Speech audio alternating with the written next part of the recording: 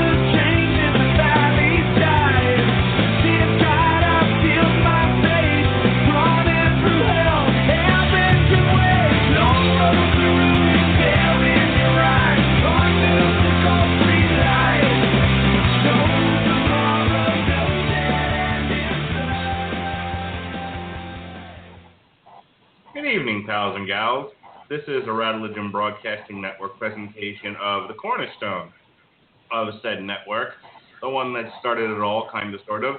This is The Long Road to Ruin. I am your host, the mandated reporter, and frankly, I'm mortified, Mr. Mark Radulich.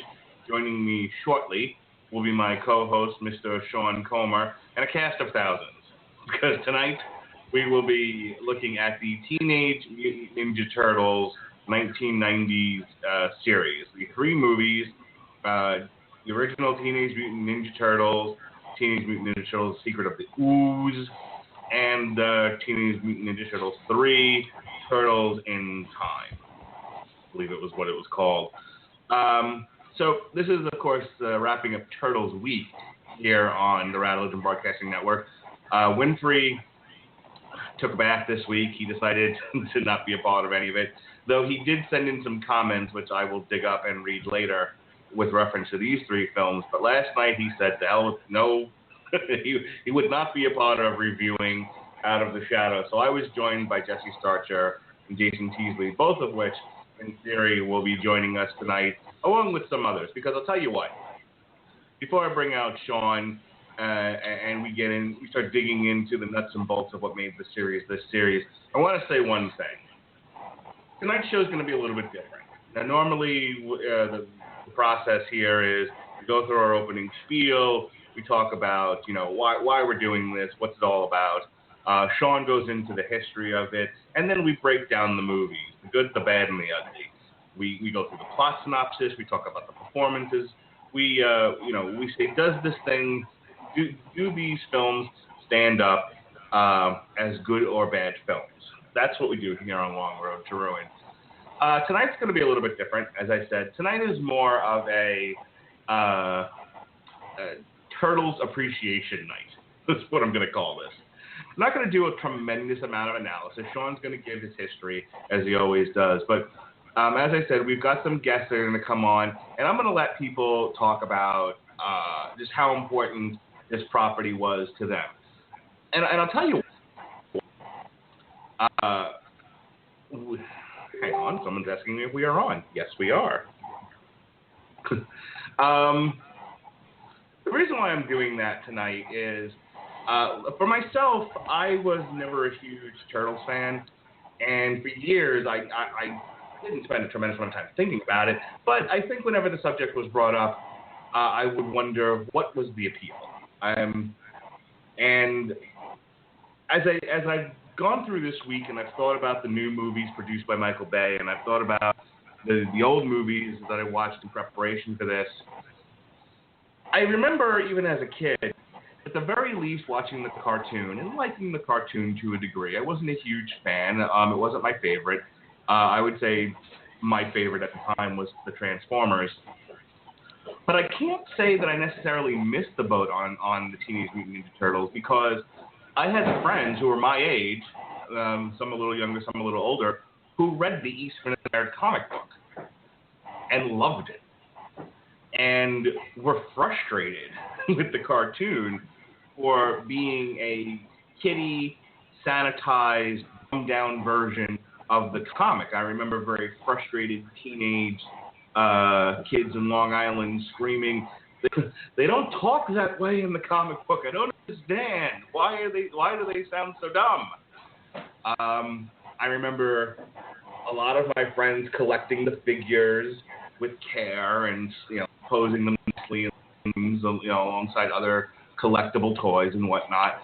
So the more I think about it, the more I remember that even when I was a kid, people my age still love this property. So maybe, so it didn't quite click with me, but it obviously is loved by millions of people out there. And we're going to have a few of them on tonight to share some of those memories, some of those thoughts, and really dig into maybe what is the appeal of this. And I don't say that in a nasty way. I am genuinely curious. Why this and not other properties? Why does this one stand out? Maybe it doesn't. Maybe it only stands out to me because I couldn't care less about it. So with that said, without further ado, let me go ahead and bring on my co-host with the mostest, Mr. Sean Comer. How do you do, sir? Hey, everybody. I'm Sean. You're not, and you're going to listen to our show while I play Mass Effect, eat a sandwich, and drink some water.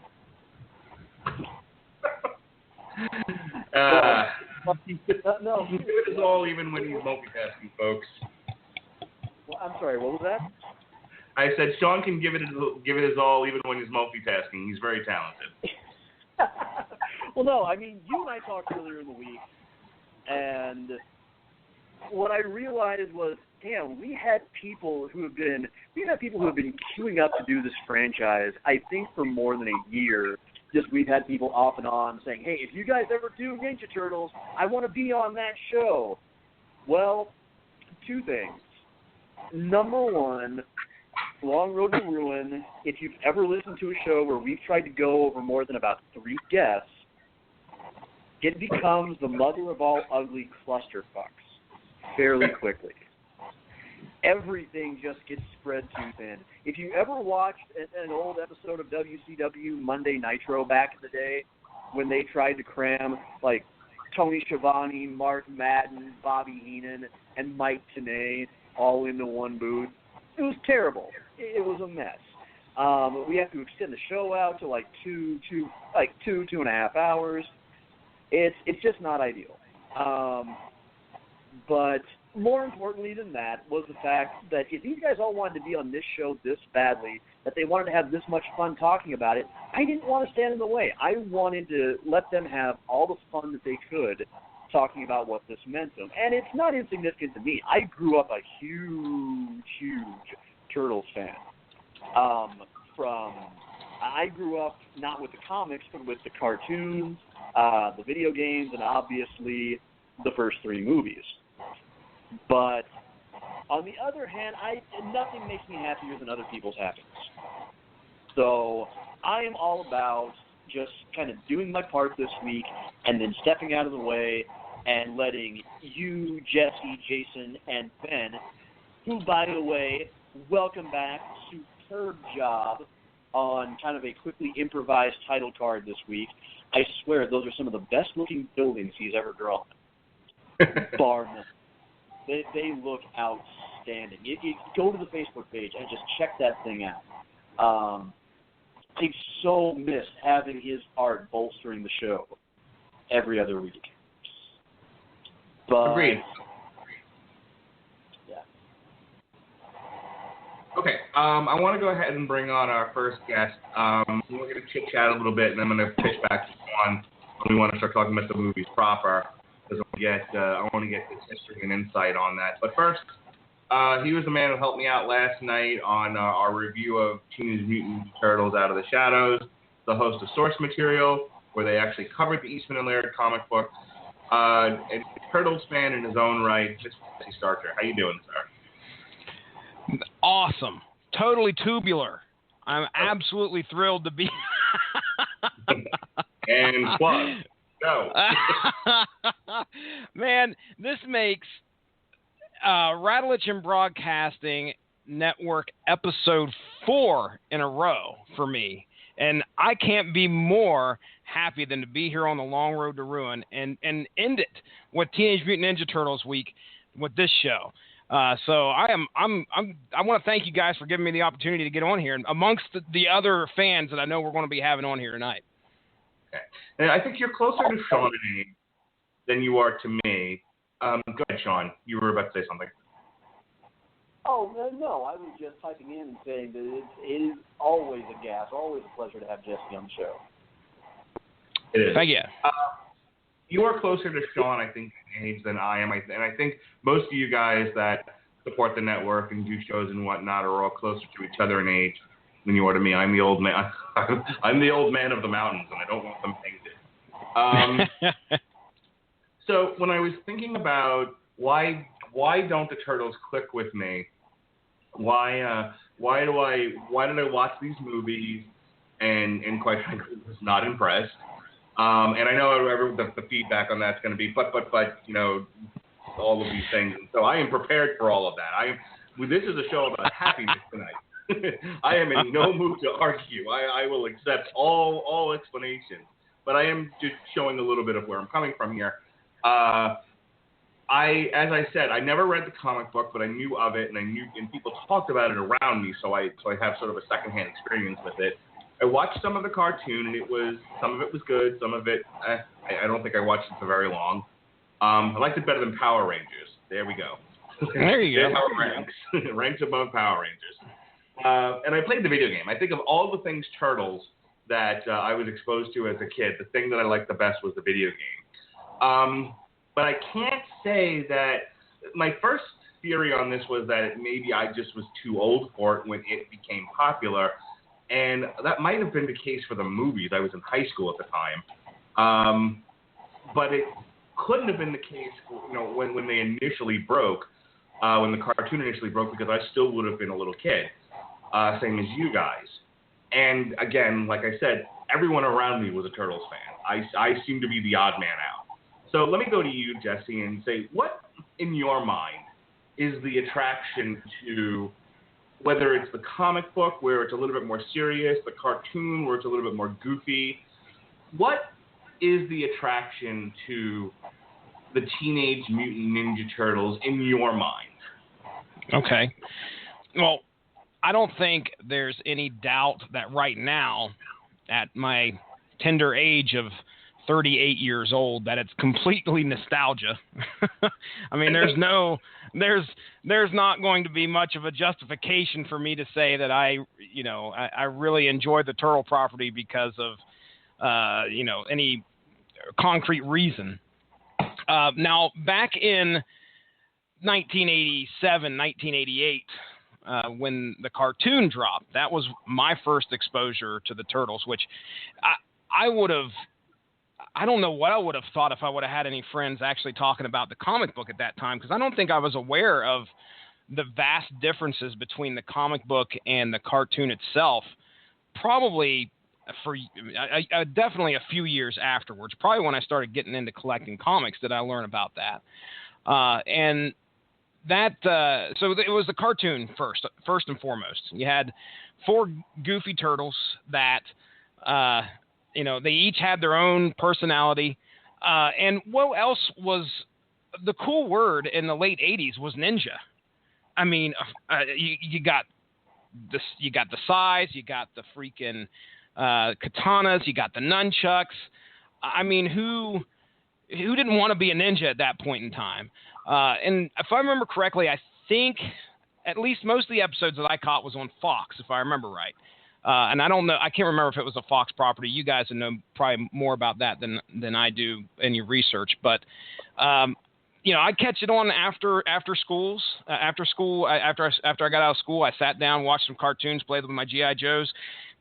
Opened up a couple packs of Garbage Pail Kids and chewed some gum.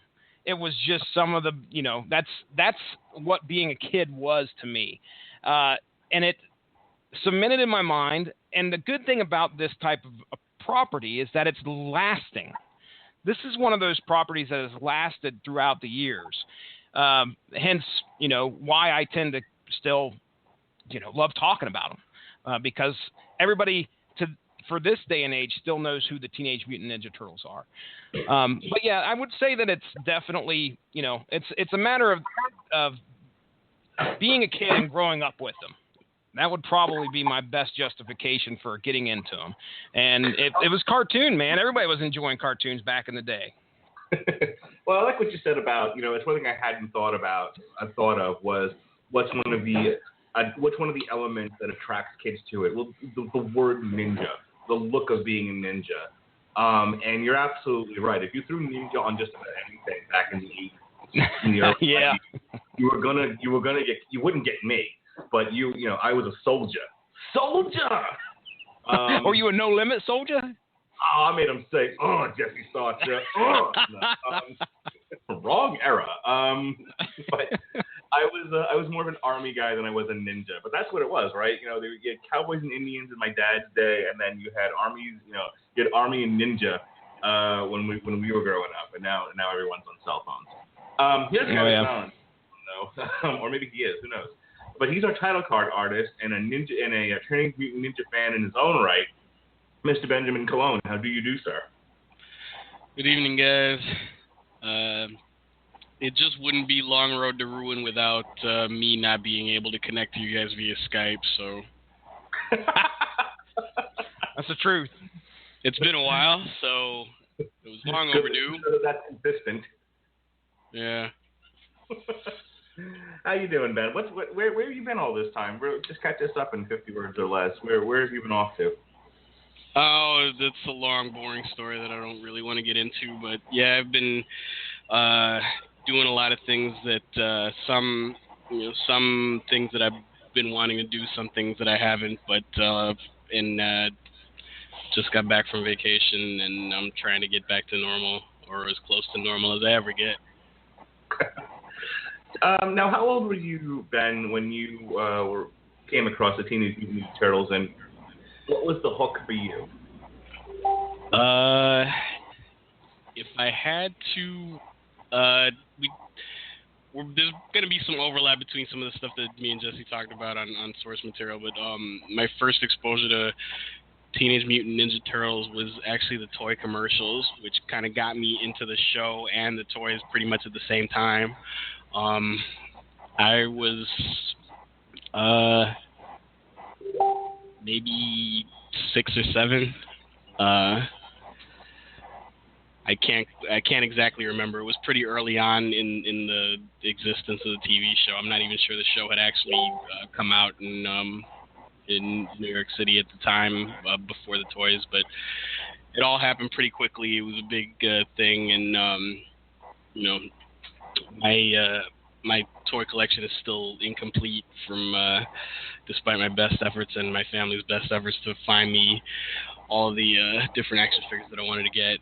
I think, every kid has at least, everything comes in waves, and there's always something, that comes out that's the toy/TV sensation to replace the last toy TV sensation that came before it. It was G.I. Joe, and then it was Transformers and Thundercats and Ghostbusters and Ninja Turtles and Power Rangers and so on and so forth. And there's all kinds of stuff in between. And everybody's got at least a few that they grew up with. This was one of my big ones. Okay. Feel free to chime in, Sean, with some of your early memories. But I want to go to, we had a comic book which was talked about in Jesse Starcher's show, and I don't want to steal too much of what they talked about. I'm sure you guys went into the lore of what made the comic book and how vastly different it was from what would become the cartoon. But I do want to say that there was the comic book and then the cartoon, and from that they derived these movies, these live action movies with Jim Henson's input and puppeteering and whatnot, and they were a thing. They were a thing of interest, and at least the first movie was very successful in translating elements of the comic book and elements of the cartoon into, if I'm being fair, a fairly decent picture. One that definitely satisfied the kids. It certainly made money. So why don't you bring us there, Sean? How did we get from soup to nuts? Well, before I get into that, let me just say, Jesse, you actually chewed the gum? If I could find a pack today, I would still chew the gum. Jesse, you are all that is man. God damn. that shit was awful. Oh, dude, you got a good taste for like what, a minute, and then it was just basically, soft rubber after that. But hey, by golly, I chewed it up. Yeah, you got about a minute of decent taste if you were lucky. If you were lucky. So, anyway, before Dr. Comer declares class to be in session, actually I should watch that because my dad actually does have a doctorate, so he actually technically is Dr. Comer. No, he's got a master's. I stand correct, master's. I'm just going to say that I'm going to throw in my general thoughts on each movie, sort of all in with the informational section at the end, so that way I can give most of the rest of the show to Mark herding cats among Jesse and Jason and Ben. Speaking of which, where is Jason? He's like a wizard. He comes when he means to, and he's always on time. And then he leaves when he wants to. In other words, he's posting like 5 gym selfies right now. But so to run down the history of the franchise and the movies a little bit, the franchise was born as many great ideas are. Staying up late with a friend, drinking and watching late night TV. Only this time, in this case, staying up late, watching TV, and downing a few, ended not with bad decisions that lead to wondering where the goat came from in the morning, but Kevin Eastman and Peter Laird deciding that they wanted to publish at least a single issue of a comic book that satirized a combination of Daredevil, the New Mutants, Frank Miller's Ronin, and just to top it all off, Dave Sims' anthropomorphic aardvark, Cerebus.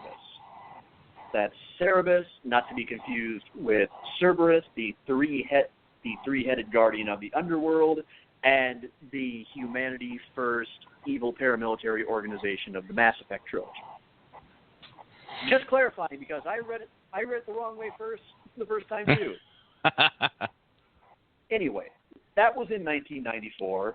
They got together, pulled their tax refunds, and managed to publish a single issue that, to I'm sure their surprise as much as anyone else's, actually caught fire with popularity because it stood out so much in terms of its irreverent tone and just overall far-fetched, goofy, WT all the F nature from everything else that was being published at the time. So, in 1984, they had a hit comic. 3 years later, they had what became a hit syndicated animated show. And 3 years after that came the first movie. Now, there are a couple of things that really that the Teenage Mutant Ninja Turtles trilogy, the original one, never really gets its due appreciation for when it comes up. First off, we're used to referring to X-Men, Spider-Man, and if some people want to be pedantic and go back far enough, the original Superman, Batman, and Blade as being the true pioneering successful comic movies. TMNT is a bit different. Not only is it a comic movie, not only is it a movie based on an extremely successful comic, toy, and animated show line, but it's an indie movie. No, seriously. That's one advantage it had that especially Batman and Superman did. Batman was fronted by Warner Brothers. Superman was fronted by, oh God, I know I'm going to get the studio wrong. Help me out. Also Warner Brothers. Okay, it was also Warner Brothers. Okay. For some reason, I thought they were owned at the time by somebody else. Okay, so they both had the backing of one of the biggest movie studios in history.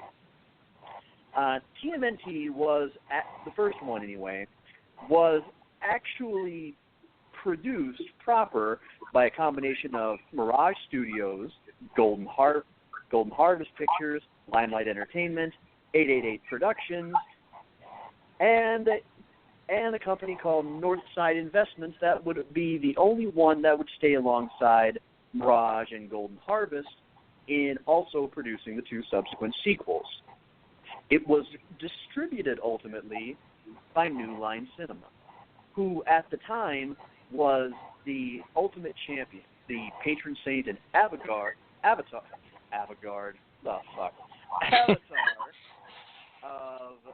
of independent cinema.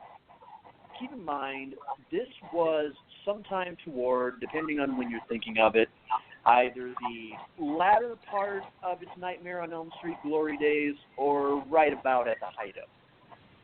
Take your pick depending on how you look at the franchise. But it was somewhere after the monumentally successful debut of A Nightmare on Elm Street and several other misfit indies that they picked up and wove into successes. But it was before the Lord of the Rings became a huge tentpole franchise. It was before Blade became a surprise success. It was before a lot of the other monumental properties that really made them a big power name in Hollywood. So, of course, they were willing to back this. Now, it's funny to think about, but everybody out there who's a little on the young side, possibly in your mid-20s, old enough that all you remember is when a comic book movie was huge news and practically guaranteed to top the box office on opening weekend, there was a time when Hollywood wanted absolutely nothing to do with anything that was based on a comic book or on a toy. You may blame He-Man for that. Really. This was being shopped around just a few years after Masters of the Universe dropped a Kamehameha wave of god-awful suck on movie theaters and been an overall royal disappointment to everybody who produced it and their mothers and their dogs. And Hollywood was a little shy about going that adaptation. However, the first Teenage Mutant Ninja Turtles was just a little bit different. Its grittier, darker, more shadowy tone is definitely rooted in the best moments of the Mirage comics, as in the better part of the storyline, which is spoilers. Essentially about the Turtles' supposed ultimate defeat of the Shredder. On the other hand, it also manages to work in select elements of the cartoon, such as the humor, the element of April O'Neil being a news reporter and the different colored masks, and it does so absolutely seamlessly without sacrificing everything there is to love about either. It hit theaters as the property overall was reaching an apex thanks to the cartoon's popularity. And how did it do? Well, believe it or not, Teenage Mutant Ninja Turtles, the mother of all the recognizable mainstream properties, is the second highest grossing indie film of all time, making $201.9 million at the box office off a $13.5 million budget. It was 1990's ninth highest grossing film worldwide. Now, a couple quick notes about the legacy of this movie. First off, it deserves every dripping ounce of acclaim that it gets for the Jim Henson Creature Shop's costume and puppetry design. The suits, for the time, looked absolutely incredible. They made for fluid movement, fighting that didn't look herky-jerky or awkward, and really brought out the smoothness of the respective physical capabilities of the very talented stunt performers, and contained some really ambitious action when you consider that those are people in those suits. That's not CGI. Nothing's really added that sharply with computers. That's all just people running around in foam rubber, latex, and looking out of masks. Those are basically real gymnastic martial artists performing everything that you're seeing.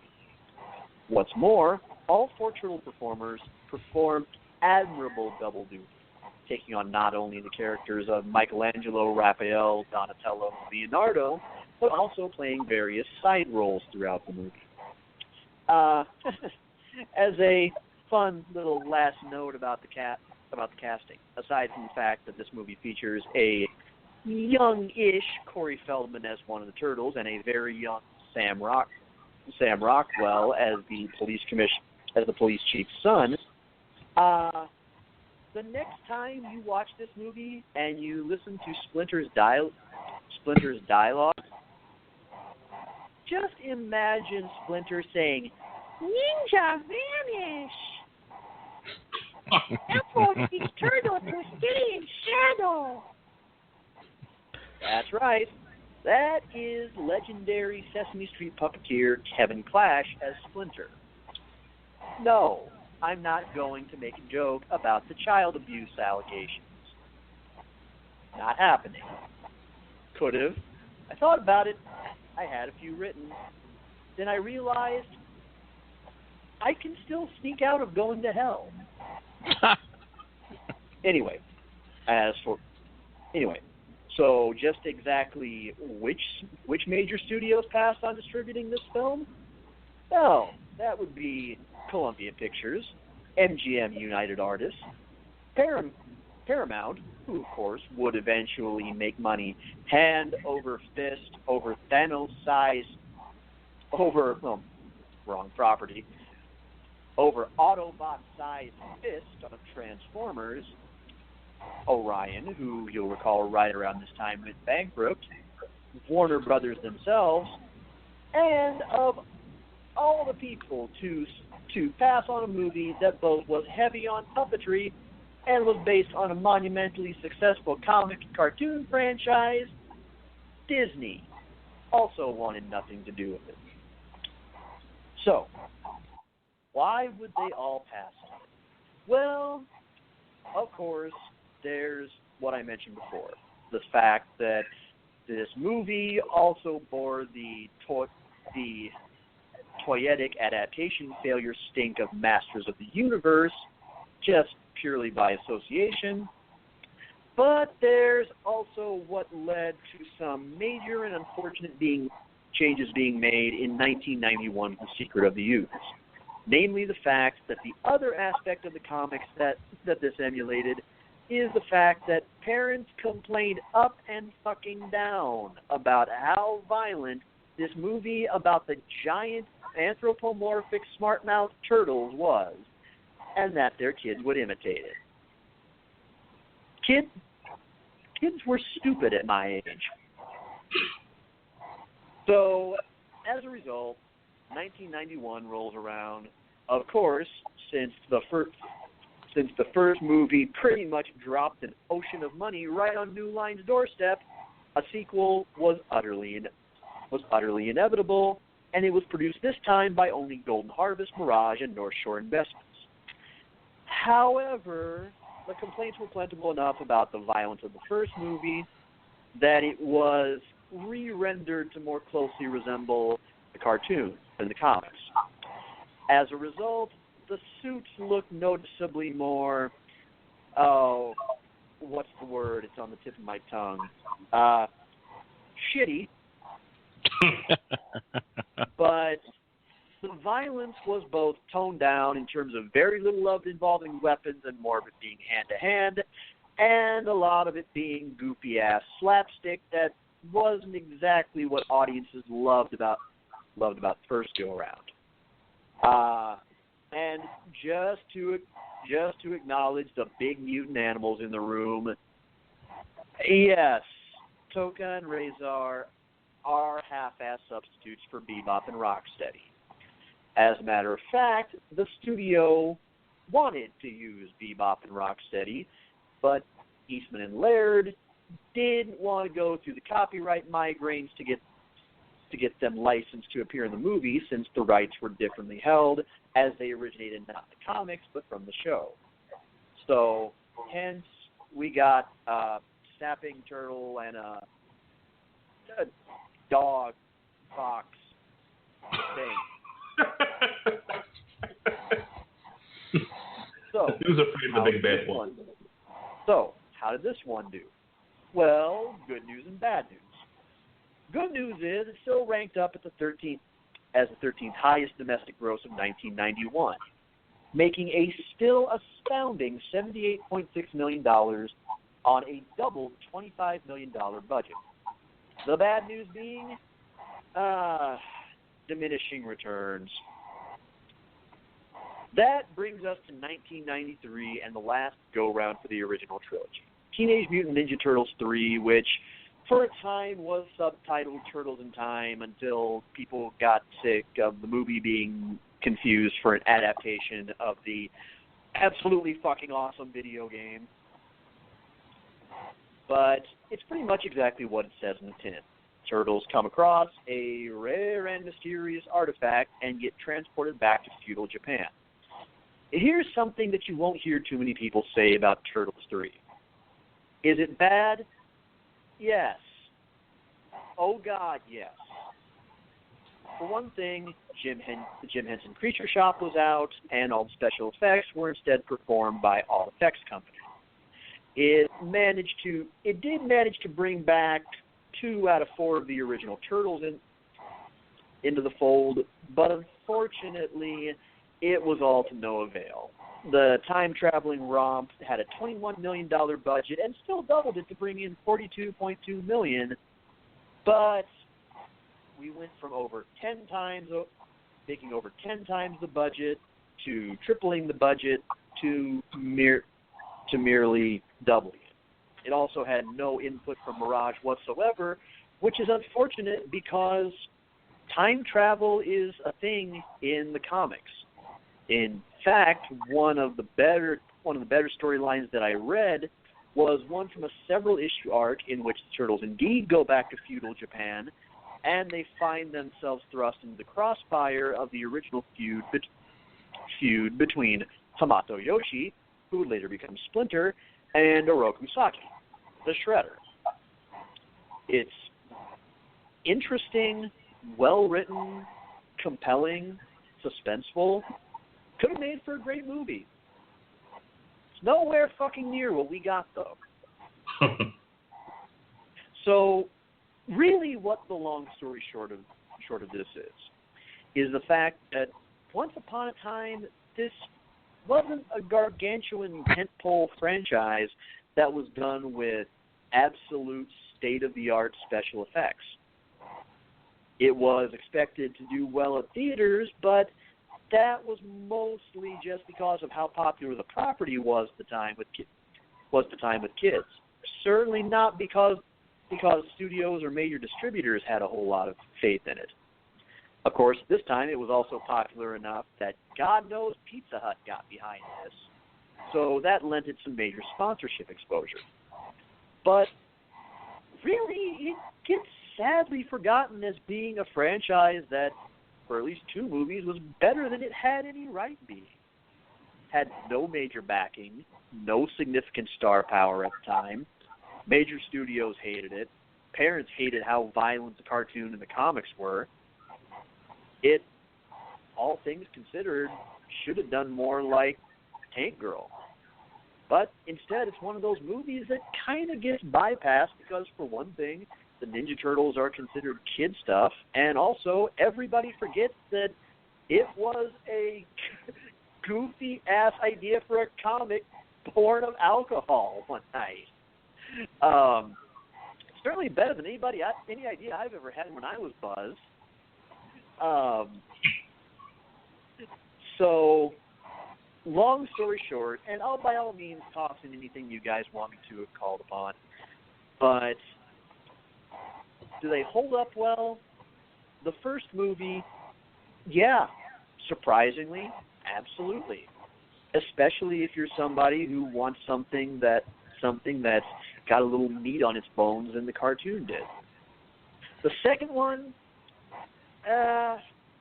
it's all right, and it's certainly amusing as all hell just for the fucking Vanilla Ice factor.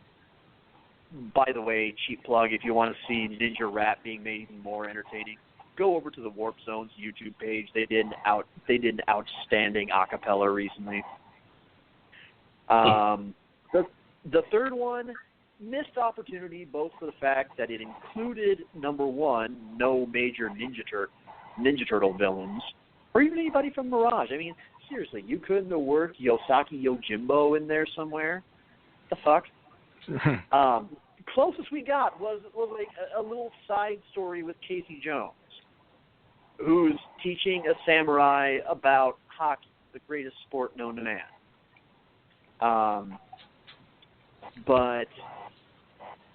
And also, again, it dropped the chance to really go back and say, hey, wait a sec, here's an idea. These two major characters have roots that indeed go all the way back to feudal Japan.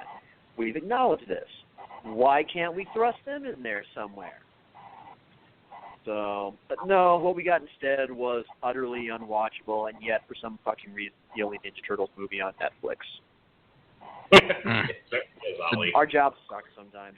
But anyway, let's go ahead and go back and let you guys talk about what it was like as a kid to experience the pants-shittingly awesome moment of seeing real-life Ninja Turtles on screen for the very first time.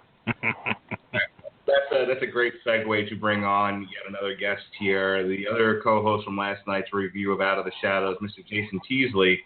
Jason had the dubious pleasure of listening to me gush in favor of the new movies as opposed to the old ones. I, because I have no sentimental attachment to any of this, much prefer these Michael Bay boom, schlock, boom versions of the Ninja Turtles to these elder versions. And so last night I had my say. I'm going to let Jason have his say now about why I'm crazy. Go ahead, Jason. Hello, everybody. Hi, Dr. Nick. Hi, Dr. Nick. What's up, fellas? I just realized that I was supposed to be on this show right when Mark messaged me, so. Oops. So I was driving home from work, and as I'm pulling in my driveway, Mark says, "Are you going to be on the show?" Didn't know I was supposed to, but glad I'm here, and I'm glad I got to listen to Sean's lovely history lesson and bring up some lovely points that I kind of missed about the original trilogy. So I'm here. I'm going to hang out briefly because 3 a.m. comes real early in the morning to save lives. Why don't you give us 50 words or less on your sort of attachment to the Turtles? Because last night you were practically ready to strangle me in my comparisons, my favoritism of the new versus the old. You told me I was wrong, Radulich, wrong. So now's your opportunity to back that up, since we are in fact talking about the old versions here. All right. Well, the love that I have for the old version is, one, I did grow up with the Teenage Mutant Ninja Turtles Saturday morning cartoon, and that's where I was first introduced to the Turtles. And even though that it spawned a huge franchise that we still see today, I think that, I guess it's just nostalgic that, you know, that I'm still stuck in the 90s. As Pat Mullins is stuck in the 80s, I'm still stuck in the 90s with my cartoons and childhood. And I guess it's just, I don't like like I said last night, I don't like the large hulking turtles. I like the turtles to actually be more simplistic and kind of streamlined across. And I guess they was more relatable, you know, growing up as a kid, than what we're getting now as I see as an adult. So hey, you know, that's there are worse things than being stuck in the 90s. I mean, Pat, I estimate to be stuck right around the 50s. So, I mean, you got a 40-year jump on it.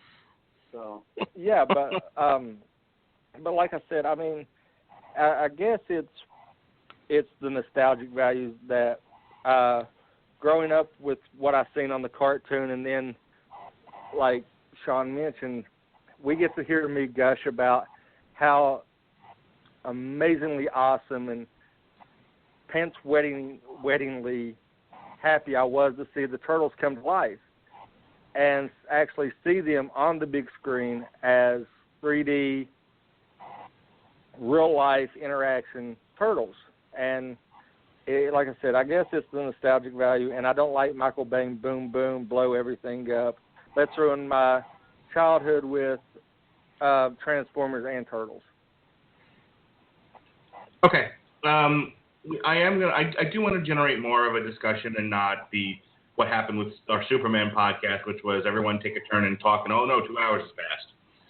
So we are. I'm going to loosen this up and give everybody a chance to make some short statements here and there, and really get a conversation going. But I promised Winfrey I would do this, so this is sort of the last diatribe before we can get a little bit more conversational. Winfrey wanted to submit his thoughts. He's off whitewater rafting in Utah, and he wanted to be a part of this podcast, as many people made me very aware, but he could not. And so, he's a friend of the show and a friend of me personally, and of course my co-host on the Movie Review podcast. I'm going to go ahead and do this for him. I'm going to read this verbatim, his thoughts on the trilogy, or at the very least on the first movie. Before getting into the Turtles movies, let me thank you all for taking the time out of what is almost guaranteed to be a very full episode of Long Road to Ruin. You ain't kidding, buddy. Let my thoughts be known in this format, as I'm unable to participate live. I have total confidence in all of you to discuss the very relevant points such as filmcraft, the interesting story of how the Turtles came to be, which Sean went over, in both comic and film form, and give the third film the utter thrashing it deserves. So I'll keep this brief and limited to topics I feel should be mentioned in addition to the stellar work I'm sure you will all be doing. I'm going to focus on the first film and use it to illuminate a few of the issues of the subsequent installments. The first film strikes a wonderful balance between being child accessible without being pandering or nonsensical. There is seriousness and a refreshing degree of mild darkness for what is essentially a kid's movie. Yet the occasional obscenity or emotionally weighty scene isn't off-putting, and the comedy or brevity at other times effectively lightens the mood.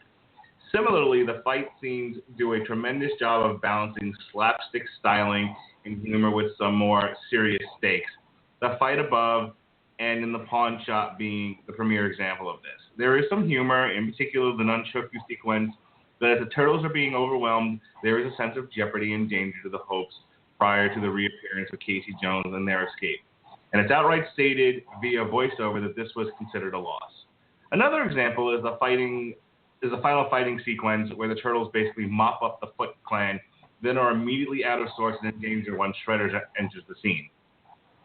That kind of balancing act is tough to pull off, yet the movie manages to do it.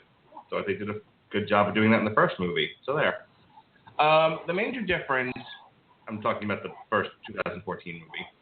The major difference, I'm expecting you all to just take me out and lynch me by the time this podcast is over. Possibly. The major difference between this entry into the franchise and virtually every other television or film to follow it is that the Turtles are characters. Sorry. Leonardo struggles with the mantle of leadership and his relationship with his brothers at times. Donatello is intelligent, but is also funny is an almost snarky kind of way. Michelangelo might be the most prone to jokes, yet it's his way of coping with emotions or situations he can't quite process normally just yet. And Raphael isn't simply a hot-headed rebel, but someone struggling to control his emotions and find his place in the world. The slanderization of these characters in following installments turns them from characters into caricatures to the detriment of the property as a whole. Also, yes, Mark, I mock. Slanderization is a real thing. Check TV tropes if you don't believe me. They wouldn't even argue that point. Jesus. This is a movie that has enough faith in the characters to spend the entire setup for the finale without any real action sequence, simply watching the characters struggle with the reality of being without their parent and trying to recover from a physical and emotional loss. And I defy you to find any scene in the following Turtles film that is anywhere near the kind of emotion that comes from the campfire sequence. All of the sequel, Out of the Shadows. That's my argument. Moving on. You hit him with something that he sure as hell ain't gonna watch, Mark. He can't call you a liar, I guess. Yeah, he can't jump all over me right now. I'm in control. I found the great dichotomy of the Turtles as a property is that they are at their best when they avoid the silly or the stupid. Believe me, I am well aware of the irony of you suggesting that a property centered on mutated adolescent reptiles who've mastered ninjutsu avoid the stupid or the pandering. Yet consider briefly the plot of the first movie minus the mutants. A group of trained vigilantes are the only ones capable of opposing a criminal mastermind who's recruiting the homeless or otherwise disenfranchised children of New York into his criminal enterprise. I think it's critical that the world of the Turtles takes the simple step of asking you to accept their existence and then keep things more grounded as opposed to fantastical, for that way lies time-traveling lampposts. Ha ha ha! He's referencing the first movie. Now, bear in mind, I don't think they require grimdark, quote-unquote, or even necessarily gritty realism at every turn, humor being an integral component to what makes the Turtles who they are, and kids being the target audience, but once they cross into even more broadly painted characters, or characters reduced to a single definable trait, and simply bulldozing from action sequence to action sequence, you mean having fun. Sorry, I promised I wouldn't do that. Then he ain't even here. You can't argue with a man that's not here. Stop it. I know, I'm bad. That was me hitting my hand. Sorry, Winfrey. Then the property has lost its heart. At the end of the day, it is that heart that forever distinguishes good entries into properties like the Turtles, Transformers, or G.I. Joe from the soulless, oh, you bastard, the superficial, the stupid. I'm really doing him quite the hero thing for reading this twice. Or G.I. Joe from the soulless, the superficial, the stupid, or the Tom Bombadil, or the borderline insulting entries into their respective canons. Ugh. I'm going to mention this here because I know it might get glossed over during the later discussions. Shit, at the rate we're going, it might even not get mentioned. But I do have to praise Elias Koteas as Casey Jones.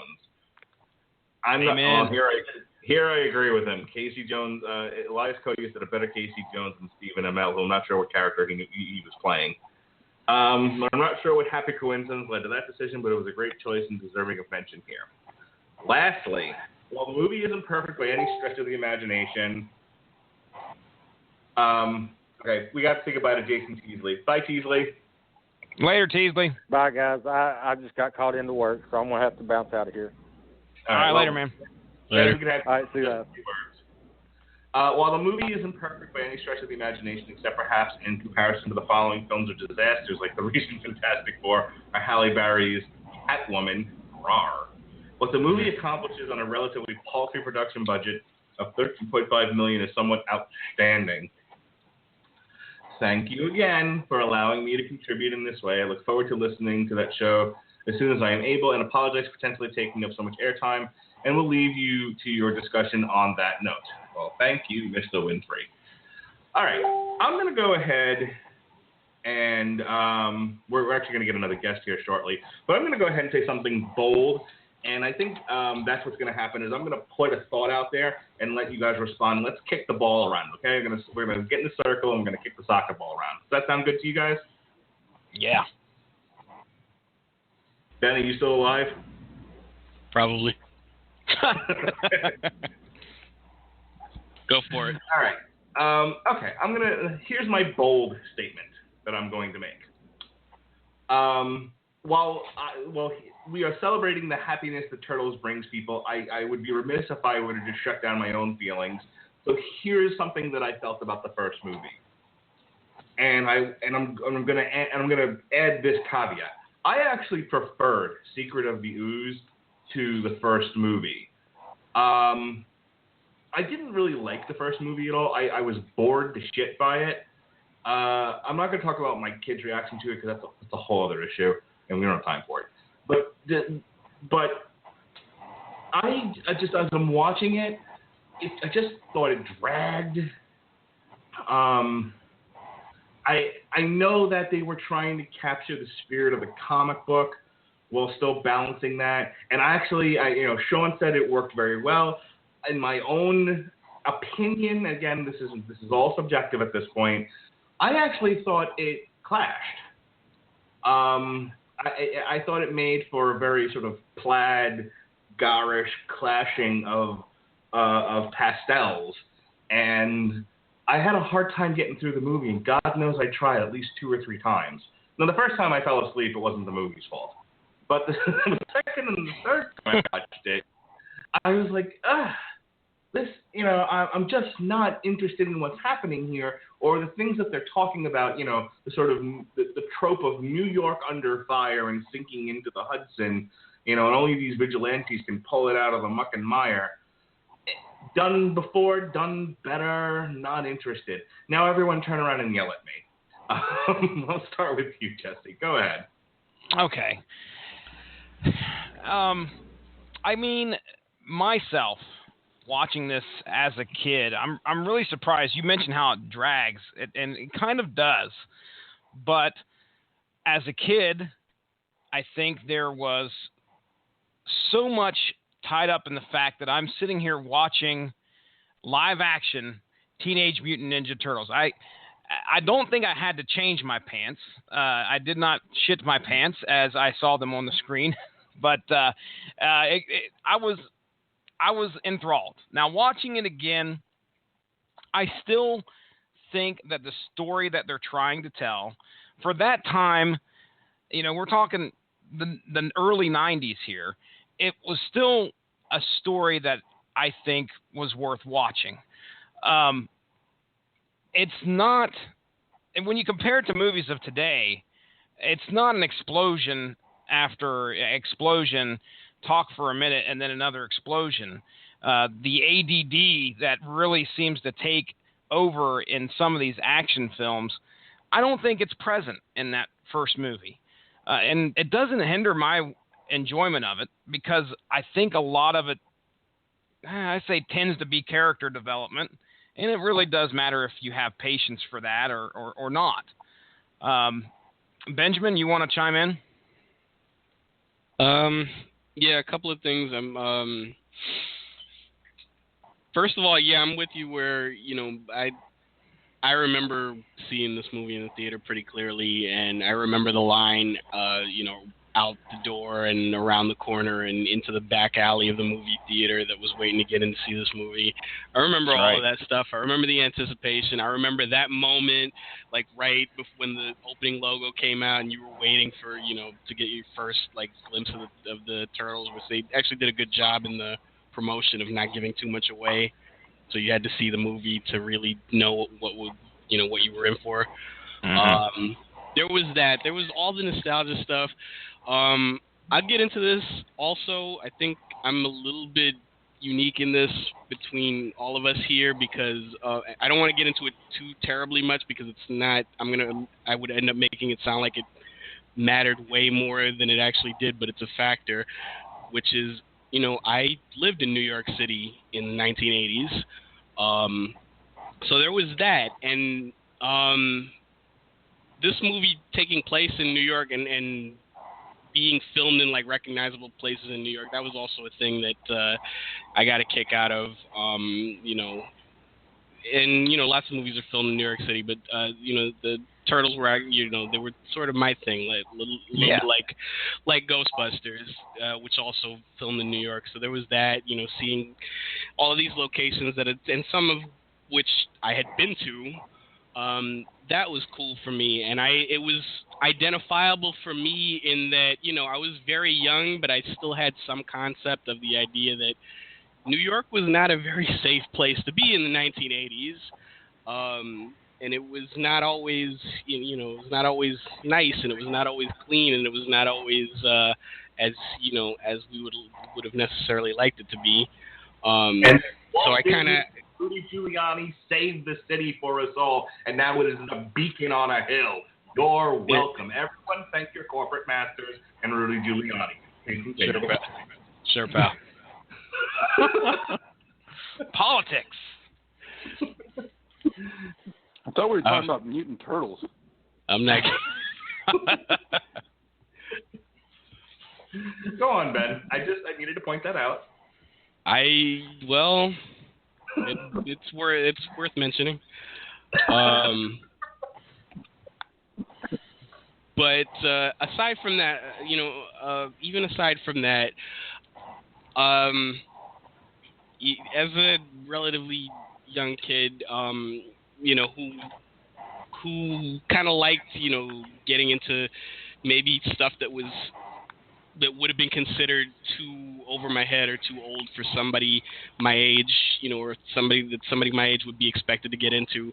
Like I tended to, like stuff more, complicated than what I was probably, that people thought I should be into. So I kind of appreciated that this movie was a little bit darker, certainly darker and, more violent and more,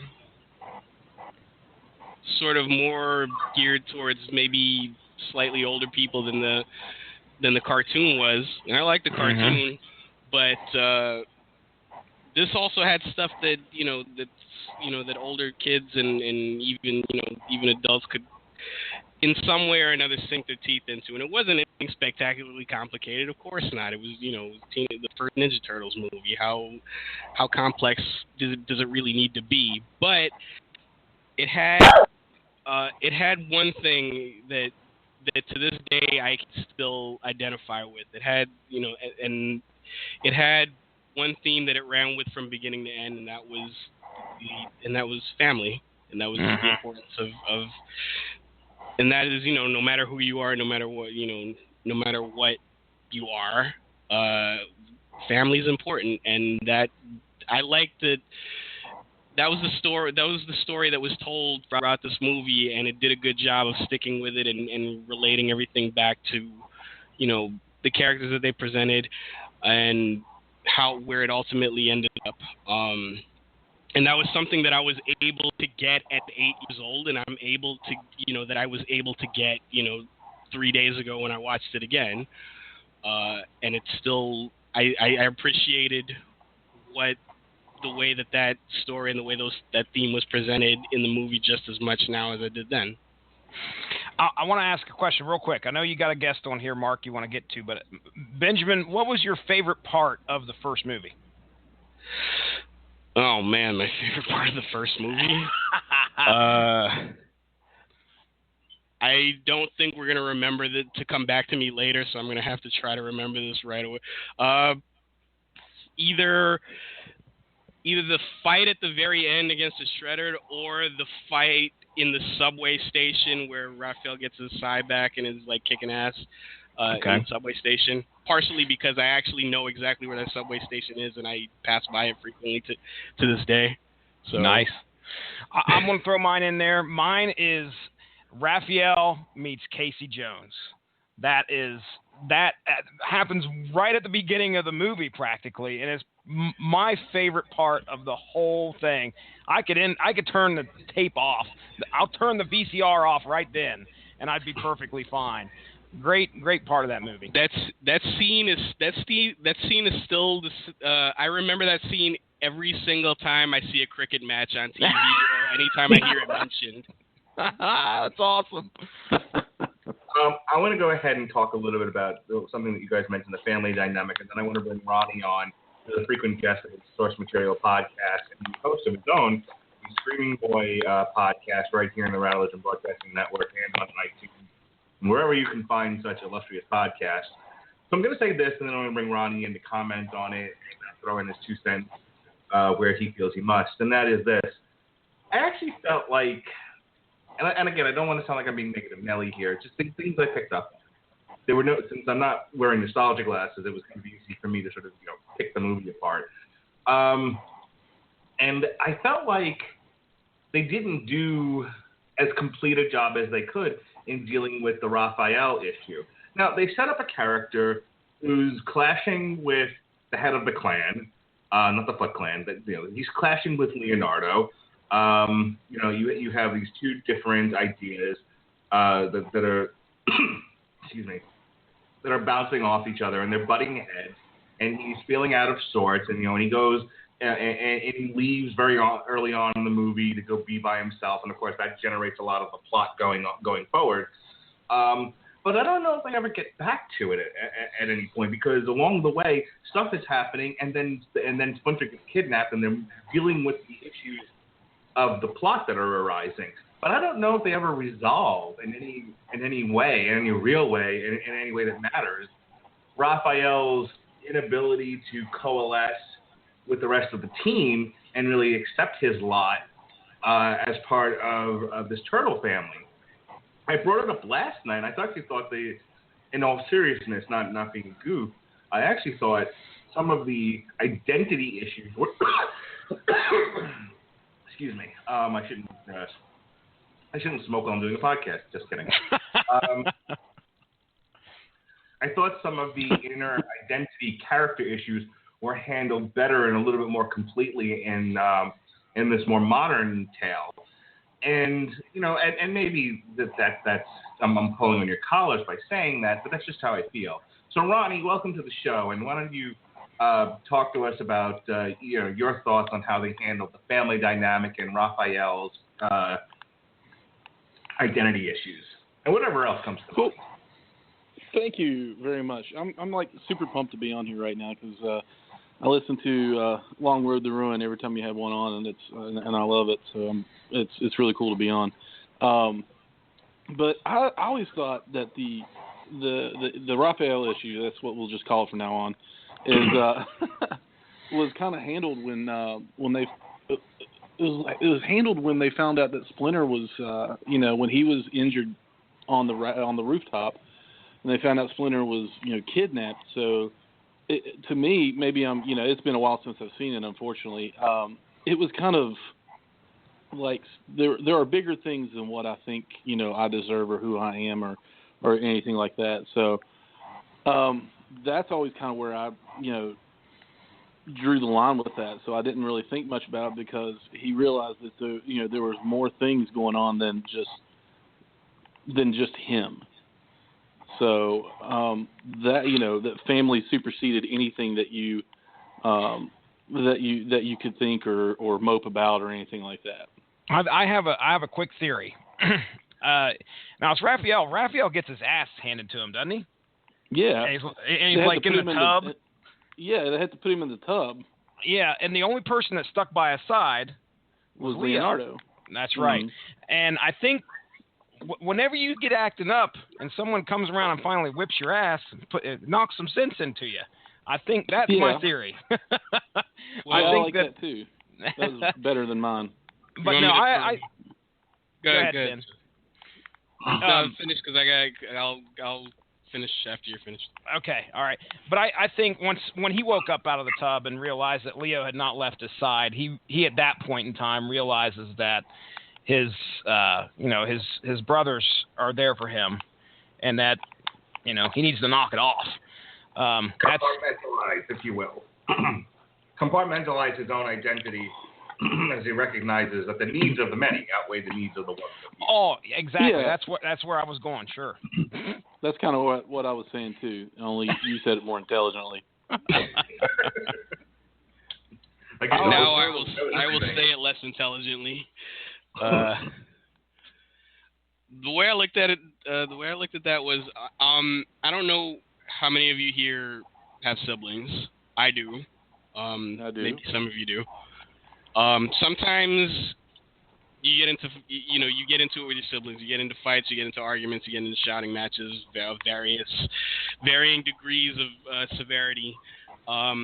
In that moment, like sometimes you'll feel like you're so pissed off, like you'll never talk to that person again. And sometimes it takes longer than others, but and this is my experience, and everybody's experience is different. But it goes away.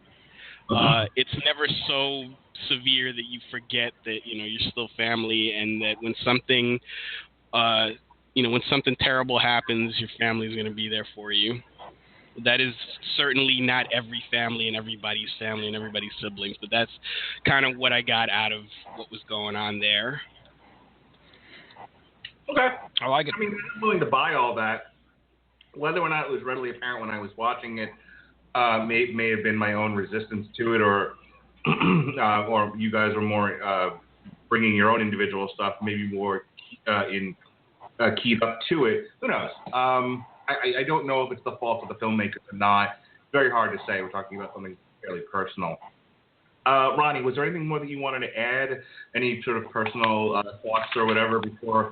Because I have a third point that I want to bring up, and then I think we can wrap on this first movie unless you guys feel the need to kick it around a little bit. No, I just going kind of off what was said already. I mean, I remember being so mad at my sister one time. I put my fist through a wall, and then 2 days later we're joking around, making fun of everything else, other people and family and stuff like that, and laughing. Yep. And so because something else happened, something bigger in our family happened. And we realized that, one day she and I may be the only two that we have left. And she's always been there for me when I needed her, and hopefully she can say vice versa. So it was kind of one of those things, the needs of the many outweigh the needs of the few. So, whatever she did that was so silly that made me that angry, that I look back on, that I can't remember, it in the long run, it meant nothing. Mm-hmm. Now, a large part of this movie is carried by the humans. And we talked about Casey Jones. Casey Jones is fine enough. I said this last night. I'll repeat it again. Elias Coates plays a good Casey Jones. A man who's faced with a New York, again, falling off into the East River, to the Hudson River before. I'm going to keep teasing rivers. Is falling into the East River and feels that there's nothing left but to take his hockey stick and his cricket bat and beat people upside the head. And that's fine. I'm okay with that. However, you also have, and the girl who plays April, Judith Hogue, she's fine in what she does. She moves the plot forward. She gives an adequate performance. I don't struggle with those two. I do, however, I struggle with the kids on Pleasure Island, as it were. Not the Foot Clan guys. Those might as well have been stormtroopers or Gungans or whatever. They're just cannon fodder. But a large part of this movie focuses on the one kid whose father, I guess, works in the news station, and maybe it's the 80s, or maybe it's the budget and the crop of actors they could get. It felt very after school special to me, and I didn't buy it. I wasn't into it. I didn't get a sense of dread from any of these people. Like when you think about predatory New York in the age of what was once called the super criminal that never actually came to be. As Ben said, New York could have been a very, very scary place. And I understand this is a kids movie, but it just, I felt more Saved by the Bell than it felt more like here are these lost souls that have been taken in by this ominous force turned against the city that they live in. That's what they're trying to go for, and I don't think they hit the target. And so instead, I get these terrible actors, doing an after-school special, and I'm just waiting for the Turtles to save them, basically. Those are some of my thoughts. I'm gonna go to you first, Ben. How do you what did you think of the human element of the movie and that particular part of it? I don't completely disagree with you as far as some of the kids and the kid that they focused on, Danny, who mostly he was more of a plot device than anything else. He was kind of a means by which to get the good guys in some contact back and forth with the bad guys, directly, indirectly, later on in the movie, very directly. There had to be some, there had to be some way to connect, I guess, those two things together. And story-wise, it worked. Story-wise, I think it served a purpose. As a character, not so much. I get the idea of what they were trying to do with the kids. Also, because as I mentioned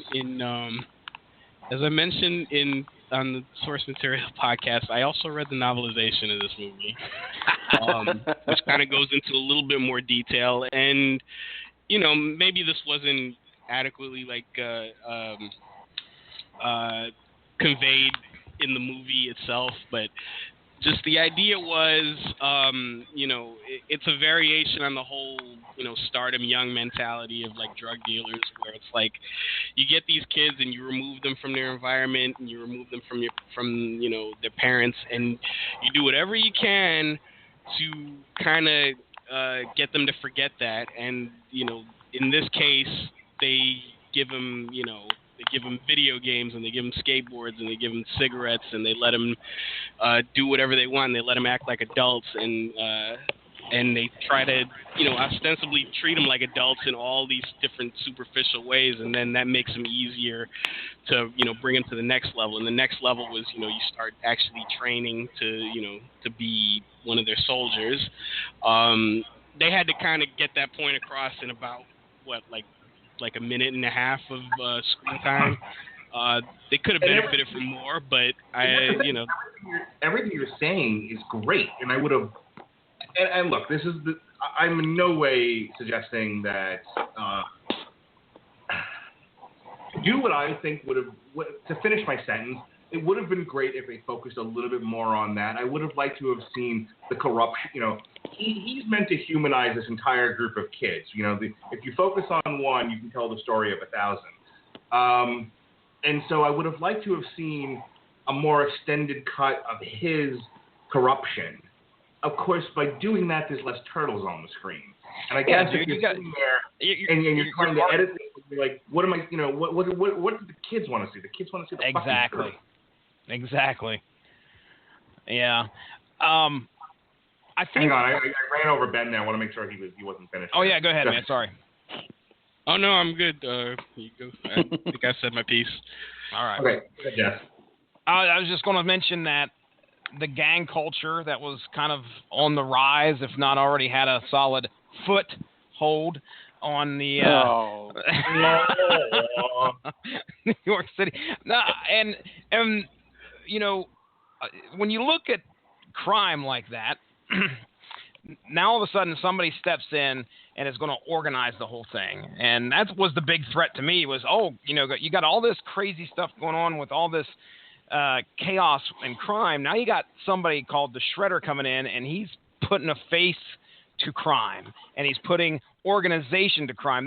They do a nice little spot where they're showing things are getting stolen, like the one lady that's sitting on the fire escape turns around and her damn TV's gone. And first off, who the hell would steal a TV that looks like that? I just want to put that out there. It's like a black and white, but whatever. Anyway, it was neat to see how everybody's getting all this stuff together, putting it in vans and taking it off, just to put that stranglehold on New York City and make people fear for themselves. That's really about the only thing I took from the Foot Clan and human element of things. And Danny, the Ute that could be is brought into the dark side, and here's April trying to bring him back. That was kind of a bit of an allegory. I guarantee you there were a lot of kids that went to that movie that were almost probably in a very similar situation. So as for them pushing that, I don't blame them. Last very, very small point, and I'll ask Ronnie this, and then I think we're going to move on unless you guys want to add anything else. Did we really need a love story between April and Casey Jones? Was that necessary? It seemed a little hackneyed. No, but you need something for the parents. I mean, they're taking their kids to watch this, and you gotta have something in there to keep them semi-interested in it, because a bunch of turtles that know, martial arts and that are kicking people in the face that are masked and named the Foot Clan isn't really going to keep most of them interested. So it wasn't necessary, but I can see why they did it. They need something for people to cheer for, or some feel good. And not that the whole daggone movie isn't a feel good movie, but it's something for the adults too. I'm going to end this my take on this entire movie by saying my favorite part, the highlight of the movie. I want to say it's Raphael who rolls over the cab, and you have the guy going, "What the hell was that?" And it's the 6-foot turtle. So what's your stop again, sir? Just go. You New Yorkers have seen everything. You guys have seen everything, and a damn turtle rolling across the cab doesn't faze you. That joke never gets old. No matter what movie takes place in New York and no matter what wacky shit happens, that joke never gets old. No, it does That's not. New York. It sums up New York to a T. Wow. All right. Round robin here. Last words, burning desires on the original movie. Ben, go. I loved it. I loved it then. I love it now.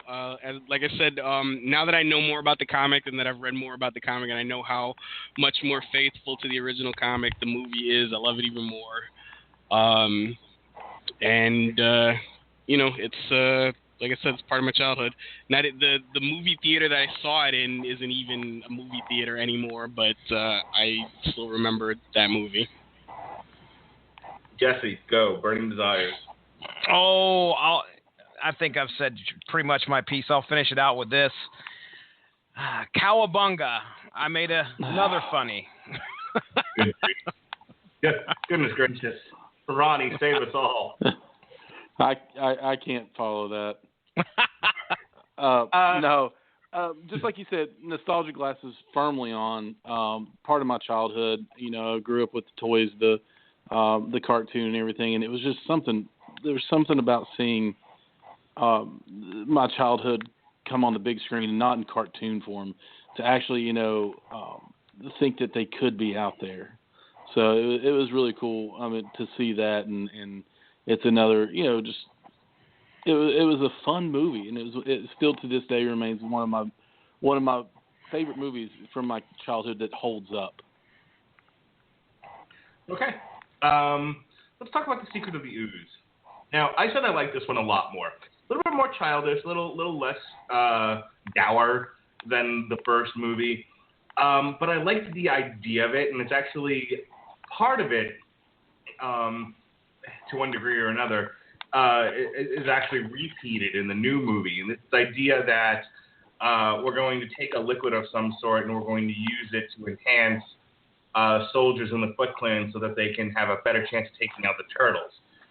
In this case, they do that. What comes of it is Toka and Razor, the snapping turtle, and the big bad wolf.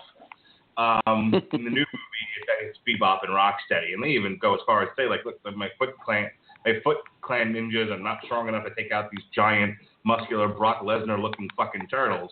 So, I need better henchmen than this. And so they give him the Ooze, and out come Rocksteady and Bebop. Similar thing happening here. I liked that they went back to the origin of the turtles and the secret of the ooze, as it were. And talked about that there was an accident. They were dumping this toxic liquid. Splinter talks about raising these turtles from and when they were mutated and all of that. I might be mixing up my movies here, but I just enjoyed the plot of this one a little bit more. I thought it was a little bit more. I thought it had a little bit more bounce to it. It was a little bit more kinetic. I'm trying to remember what the internal struggle. Help me out, guys. What was the internal struggle amongst the turtles in this one? It was basically them, at first trying to find out, who they are and where they came from, which they didn't have as much of an answer. They knew that they came from the Ooze. They didn't know where the Ooze came from. So, and then later on when they find out, they kind of make a thing of it where it's, it turns out the whole thing's a big accident, and then, they're kind of dealing with that. It all goes by pretty fast, but that's pretty much the theme of at least, the first maybe 2/3 of the movie. Okay, so it's the old, who am I? I am. What does it mean to be an accident? That sort of thing. All right, more struggling with their identity. Apparently, I like the movie so much I completely forgot about all of that. But the parts concerning the company and Shredder and his plot to regain vengeance on the Turtles, and then eventually becoming Kevin Nash at the end, I liked all of that. So, I'll start with you, Ronnie. How did you feel the sequel compared to the first one? What did you think sort of some of the differences were? Obviously, it was lighter in tone. Go Ninja, go Ninja, go. But I think that in some cases it was a little bit more successful than the first one. Maybe you disagree. What do you think? Personally, it was not more successful with me. I liked it because it was continuing on the TMNT, story, but it lost something for me. It was, I guess, it was the violence. I was a violent child, but Ronnie's got a dark past. I do. It's bad. I don't want to talk about it, but there was oh man, being a kid and being a little boy and just enjoying. The main reason I bought the Leonardo toy was because he had swords, but did he use them in this? No, he didn't really. It just had a lighter tone to it, and I didn't care for that. But commercially, it seemed to be a little more successful because of that. It was a little more family friendly, and the adults. I mean, the parents didn't feel as bad sending their kid to see this or taking their kid to see this. And I get that, but it lost something in the long run for me as a kid. What about you, Jesse? Yeah, I mean, he's right when it comes to the fact that the lighter tone was obvious and clear. I mean, when you see, weapons these turtles have and they're hardly ever using them, as a kid, I'm telling myself, come on, man, you can slice one of these guys, do something. And it's not happening. However, whack him in the side of the head with a nunchuck. Come on. Yeah, come on. But as for the plot of the movie itself, I love the fact that they brought in 2 new mutations as enemies, which was great. You had to up the ante somehow, or the turtles ain't heading to space yet. No. But yeah. They upped the ante there, and of course we saw the Shredder, and we have the Ooze, which means, oh man, there could be all sorts of mutations going on. We don't get all sorts of mutations; we only get a couple. Vanilla Ice, okay, that might just seal the deal for me. I think that might have sealed the deal. I think it sealed the deal for me in a different way. You hot motherfucker! Jesus Christ, Vanilla Ice sealed the deal, eh? 1991, I am listening to the Extreme. I'm listening to that on my Walkman, okay? On behalf of and maybe I apologize. But I can remember walking to the theater, and I think it was at least the weekend that it dropped. I'm fairly certain, or shortly after that week, I walked to the theater with my best friend. We sat down. We watched the movie. Come out of there, all sorts of smiles. So I enjoyed it. Not as much as the first one, I don't think. If I recall right, I still came out of there with wishing it was a little bit more dark, a little bit darker as in tone. And I want to talk about this. I have a major problem with that Vanilla Ice scene. Not to mention the fact that it's Vanilla Ice. Forgetting about that. I don't understand what the problem is. I'm sure you don't. Let's just let it go. We will agree to disagree on Vanilla Ice's cultural impact and value. But my bigger issue at hand is, so you have the turtles and the foot and the ankle and the Tomat and the Zemat and then the Cobra Kai. You're doing this shit again. You did this last night. Stop it. What is he doing? What did I miss? He just added G.I. Joe G.I. Joe characters into the plot. Mark, come on.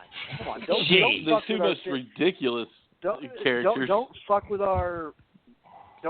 our sacred cows, and we will not one day decide to take a little bit of the piss out of Emmett the Otter's out of Moonshine Christmas or whatever the fuck it's called. Hey, How dare you, sir? how dare you, sir? You leave Emmett Otter out of this. Never seen it. Not taking the piss out of anything. I'm trying to remember the scene. Now let me get to the point, okay? Before I insult somebody.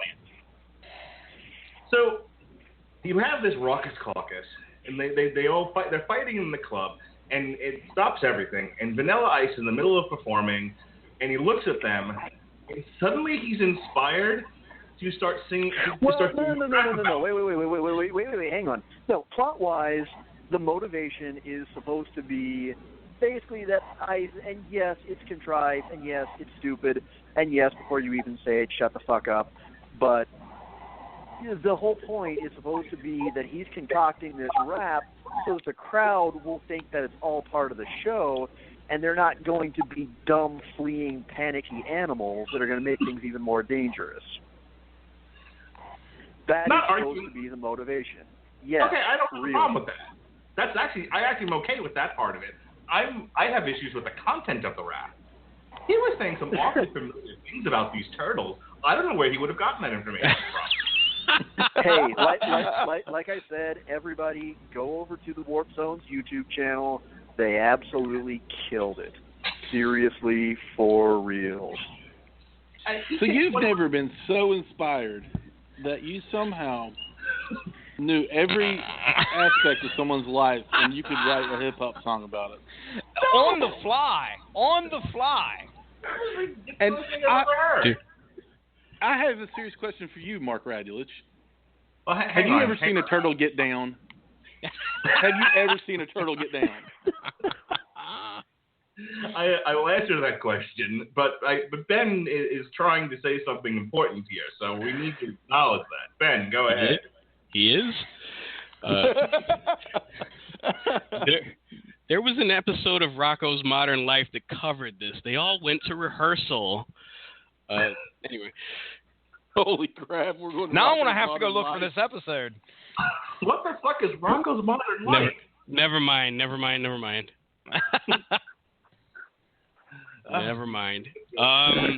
Kids with your Nickelodeon and your long hair and your rock and roll and get off my lawn. Sure. All right.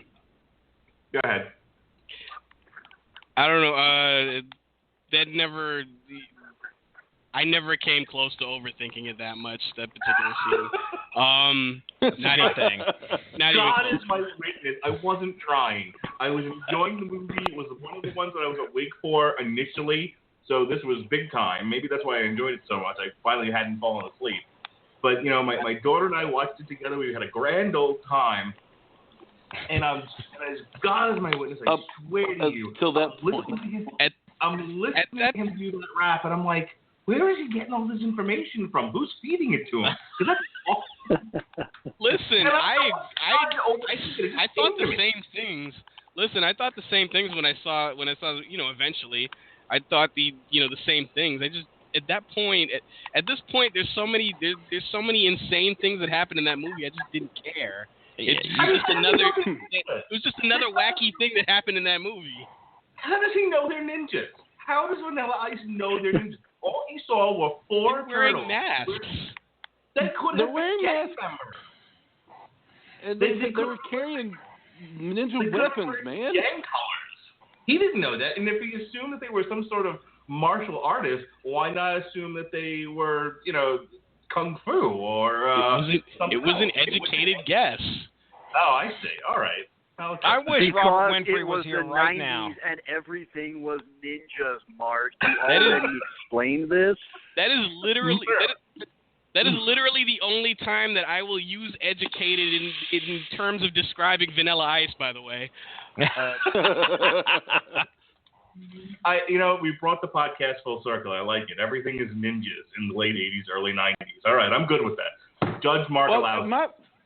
Here's my concern, though, that you find it more troubling that he knew these things about these turtles than a giant snapping turtle and a fox-like creature running around wreaking havoc. Of all the things, I live in Florida and I work in a jail. I've seen worse. That's true. Oh, point taken. Some of the snapping turtles in Florida are probably about that big. All right. That's scary. We're getting awfully silly, and it's my fault. I'm a bad host. Anything early in the show where we're talking about the 4 giant anthropomorphic martial arts turtles? You don't bloody say. Yeah. Without us even going into them meeting the Power Rangers. We don't never speak of happened, that sir. either, man. I just found out happened. about that last week. I seriously just found out about it last week, and I was like, I've got to see this. And good Stephen Marsh, past guest on Source Material, was like, oh yeah, of course he knew all about that already. I had no clue. I'm going to have to find that episode. If you ever want to watch a nice systematic rundown of someone just taking the piss out of it,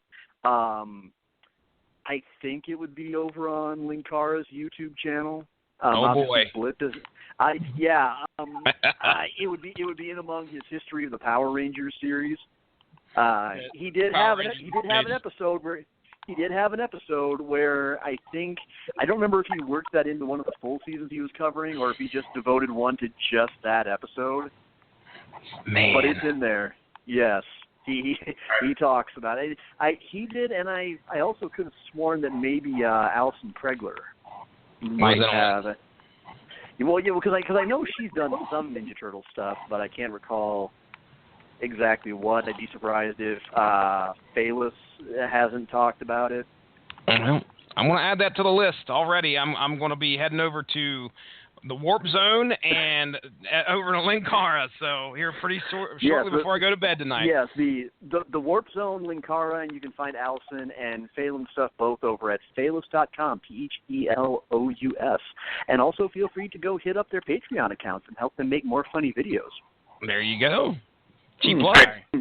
And hire comics for them. We have about 20 minutes here, and we need to get through a third movie. We only need to devote like 5. Good thing there ain't shit to talk about when it comes to that. Oh, wait a minute. I have things to talk about the third movie. Nobody's going to like any of them. I don't want to set it up then. Except to say that, it exists. They go back, they find a lamppost, they go back in time to feudal Japan. Ben has things to say. Ben, go. First of all, I'd love to know, I know we're officially talking about the third movie now, right? Yeah, sure. Yeah. Okay, good. First of all, because I know Sean mentioned earlier the Jim Henson Company doing some of the best work that they had, that they've ever done, and certainly some of the best work that they had done to date on the animatronic effects for the first 2 movies. And I do disagree with you on one thing, Sean. I think the effects on part 2, the Jim Henson effects on part 2 were at least as good as the first one. You know what? Reason people may differ. There were some effects that were good. I will give Toka and Razor this. They at least didn't look as silly as Bebop and Rocksteady probably would have. They at least looked suitably menacing, enough so that actually I wouldn't have minded seeing them in the comics around that same time. I think that would have been pretty damn cool. They looked good. I'll admit, even the Super Shredder was suitably fucking badass. And I picked this up. But just the moment you see the turtles, you just go, wait, what? What the hell happened to your mouth? Well, I don't know. I'll get to that in just a minute. I shudder to think, there's an argument to be made between the first 2 movies, but the animatronic effects on that, it's the Jim Henson Company, it's them at the top of their game. That was a marriage like made in heaven as far as bringing the turtles to life. If you immediately want to know the worth of the Jim Henson Company on that franchise, look no further than Teenage Mutant Ninja Turtles 3. Mm-hmm. Well, that's because the Jim Henson Company didn't work on it. Exactly. And I shudder to think how many times Jim Henson spun in his grave when that movie came out. Because those effects are easily worst part of that movie and some of the worst animatronic effects I've ever seen. And Yeah, I used to live in Orlando, Florida, so I know from bad animatronic effects. I think that if Henson had worked on that, the nicest thing anybody would have been able to say was at least now he doesn't have to feel so bad about the Dark Crystal. That's a bold statement. I love That the is Dark a very Crystal. bold statement. No, bad. That movie was good for urine-soaked nightmare fuel, and that is about it. Dark Crystal is a masterpiece on par with The Sound of Music. You hush. The Dark Crystal. Now we're with my sacred cow, and I'm all upset. See how this works? Start adding shit into it, Sean. motherfucker, Start pass adding the like different barbecue characters to it. the Dark Crystal featuring Alvin and the Chipmunks. What the fuck? Yes. Okay, so TMNT 3, okay, it starts off bad. It starts off with absolutely shit animatronic effects, and in a movie that has to focus on all of these creatures, that's a bad place to start. Then it gets worse because it takes, and you know, the first two movies had, you know, the goofy one-liners and the catchphrases and everything. This movie takes everything, you know, takes everything interesting and everything endearing, you know, about these characters from the first two movies, takes that out, adds more goofy one-liners, makes none of them funny, makes all of them obnoxious, does it way too much in pretty much every single situation. Every time somebody gets hit in the face, it's accompanied by an unfunny one-liner, usually from Corey Feldman, because they had to justify bringing him back. And you know what? Now that we really break down how underwhelming Turtles 3's animatronics are, I'm actually now thanking all of my lucky stars that they didn't do Yosaki Yojimbo. Can you imagine how utterly horrifying he would have probably been? It would have been bad, and it would have it may have potentially ruined the character. I mean, really, I mean, Usagi Yojimbo's got a long history, but to see him come on the screen and look that shitty, fuck off. Oh man, yeah. The only thing worse would have been if they would have done wrong by I forget, Manta Ray, was that his name? Man Ray, was that it? Yeah, Ray Fillet, thank you. I was almost getting like Aquaman and Ninja Turtles characters mixed up for a second. Yeah, the only thing worse would have been if they would have tried to do like Man Ray or Baxter Stockman or Leatherhead. Could they have really done worse on Baxter Stockman and Tyler Perry? Yeah, you know what? When they cast Tyler Perry, my greatest hope was that he would play the part as an elderly, awkwardly stereotypical black woman. You were talking about like from what what would you from what I understand, I would be disappointed. You're talking about what Yojimbo would look like, and we're thinking they would have gone with the Bunny look. Given the budget they had to work with. Ben, you now have a Sketchbook Saturday challenge. Oh, you go to hell and you die. Hey. The next time we talk on Facebook, and honey, if you ever listen to this, I love you, and I told you I would do this. On behalf of myself and Stephanie DeRosa, we have an interesting Sketchbook Saturday challenge, a couple of them, in fact, for you that do not involve existing fictional characters. We would trust only you to come up with something this awesome. Oh boy, we'll talk later. I'm still venting. I'm still venting here because you know I posted this. I had never sat and watched Teenage Mutant Ninja Turtles 3 from beginning to end before. I had watched it in pieces. I tried to watch it all last night. I fell asleep. I started dozing off after the first 30 minutes. That was the preferable reaction to me continuing to watch it later, you know, earlier this afternoon, and actively getting really annoyed by how bad and how stupid it was. And here I've probably driven things so far off track in terms of schedule and flow and everything that Mark is sitting there thinking, "Hey, Sean, how many hours of Mass Effect 3 do you have left to finish?" I would never. People long to hear your voice on this show, and who am I to deprive them of such joy? Ben, you were venting. What else? They attempted to make. Hang on, I like Angry Ben. I want more Angry Ben. I would give Angry Ben a podcast if we can get more Angry Ben. Go on. I'm not. Just if they keep making more Hellraiser and Bad Elm Street sequels, then you'll get plenty of Angry Me. Hold on. Hey, like someone must carry on my better legacy. in the third one. What's that? I like the animatronics better in the third one. Really? You what? Really? No. I'm just No, I'm trying to bring out Angry Ben. Oh, you're just trying to piss them off. Oh, you see, and here I fell for that shit. I was not going to nerd rage. I thought maybe he actually had like a good reason. Like, okay, I'm going to go get No one has a good reason for that. It's not going to inspire rage in me. It's just going to inspire pity. Pity. Okay, not for nothing, but you can't tell which one is a yellow mask, which one is a red fucking mask in that movie. It's so bad.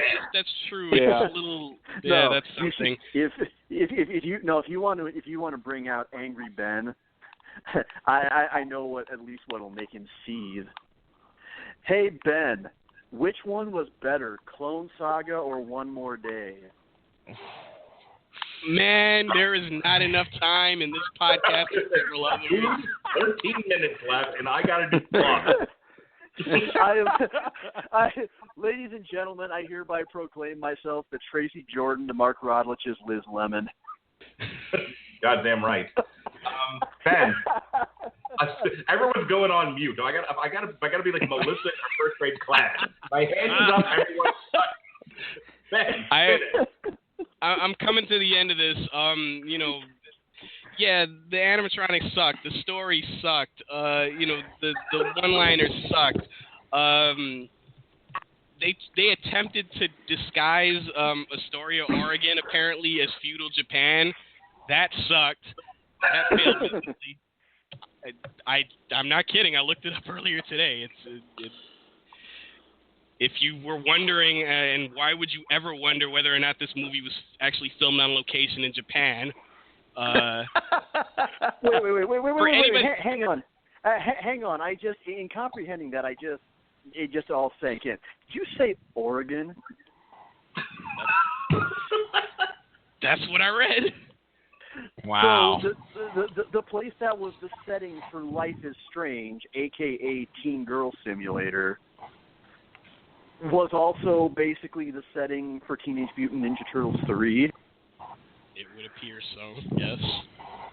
I now have an idea for a crossover. Square Enix, you will be hearing from me.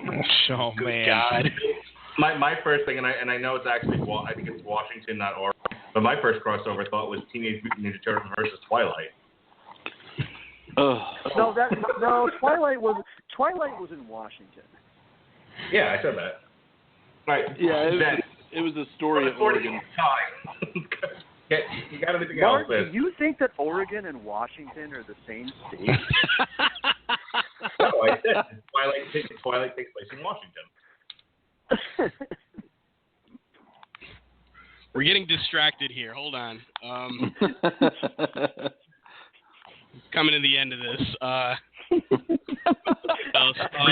Reading from a rolled up scroll. And another thing about the Turtles. This entire last segment is like any time Robert Winfrey and I talk MMA. Man, you were lucky I did not come down from a mountain with 2 stone tablets with a list of all the things I hated about this movie. It's funny with beard. It'd be funny if you had 3 stone tablets and dropped one. I have these 15. 10.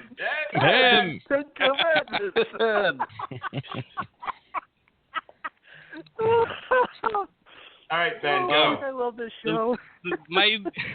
My last thing about this is, my only silver lining about this movie is I sincerely hope that the check that Elias Koteas got for coming back to do this movie and basically do almost nothing was big, because he's a pretty awesome actor and he did not deserve this movie. This movie was way too good for him, even in 1993. This movie, and my last thing, and I know Jesse can pick up and run with this, because as we talked a lot about the animatronic effects and how terrible they were for the turtles, but, and you know where I'm going with this, Jesse. I think you all know where I'm going with this. That pales in comparison to how awful the puppetry for Splinter looked. Oh God! Yeah. That was hand puppet level shit that they were doing there. That they were trying to pass off. It was, dude. Speaking of the Dark Crystal bad. Yeah. Stop it. Boo. I think I'm done. I reserve the right to pay to chime in later, but I need to take a drink for a second. A long drink. Here's more audio. Tape this to the back of the podcast.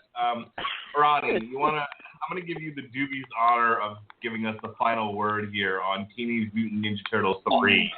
I've got to get my say in here. Just I swear it'll be like 15 words, but please, Ronnie, go ahead. I promise. Huh? Jesse, go ahead. I want to Okay, hear it. all right. Let me sum it up for you real easy. All right. Hey, let's take ourselves back to 1990, whenever this came out. And I'm sitting there, and you come up to me and you say, "Hey, Jesse, what's your favorite movie?" And I go, "Back to the Future." And then you look at me and say, "Well, I've got something to tell you. The Teenage Mutant Ninja Turtles are going to go back in time in this third movie." And I've been like, "Where's my allowance? I will pay you right now. I will give you money." All right? And then you take me to the movie and you put this shit on the screen. And you now understand how bad this movie is to me. They use time travel as a plot device that it just felt like there was no sense in it to me. None. So I hate this movie with an unbridled passion, not only for the shitty animatronics, but the fact that they put the Turtles back in time and they basically just ruined it. They could have done so much with that movie. And there you go. That's it. Ronnie, feel free. This is less of a podcast discussion turning into group therapy. Go ahead. It stinks. There you go. Yeah, all right. No, it was a terrible movie. The only other thing that I've got to say about it is, as the movies went on, did you all find that their weapons got skinnier? Yeah, I didn't notice. They got flimsier. You could tell that flimsier, yes. You could tell that they were prop weapons a lot more in the third movie than you could in the previous ones. I saw the Nerf logo on the third movie. Oh, bullshit. However, speaking of Nerf, by the way, at least one of the rooftops, at least one of those feudal Japan rooftops with the the tile, those tiles that they were walking on, were noticeably foam rubber. If you look. Wow. I'm not asking anybody to go back and watch that movie. You can take my word for it, but yeah, they. Look, I mean, to be entirely fair, we kids were some dumb bastards back then. Yeah. We may have been the worst generation, arguably, for trying to imitate anything and everything that we saw on TV. Hell, one of my favorite moments of elementary school was I watched one of my friends give another one a tombstone pile driver. He did not protect his ass either. We've all got a wrestling move story. Oh yeah. For the record, Doink submission hold fucking hurts.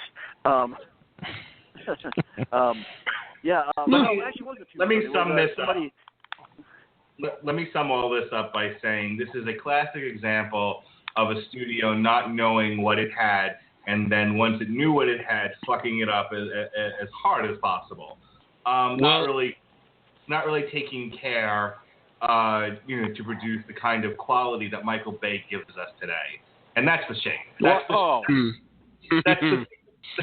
the secret shame. Did you just try to sum it up by saying that? Yes. I mean, Mark. Really? That's the secret. 5 minutes left. That's the secret shame of the Teenage Mutant Ninja Turtles trilogy back in the 90s, is that they had something very worthy and they did not take care of it. And now, all these many years later, Michael Bay is trying to ruin it. That's the story. Okay. Good night, everybody. No, You're saying that tongue in cheek. You have to be saying that tongue in cheek. I doubt it.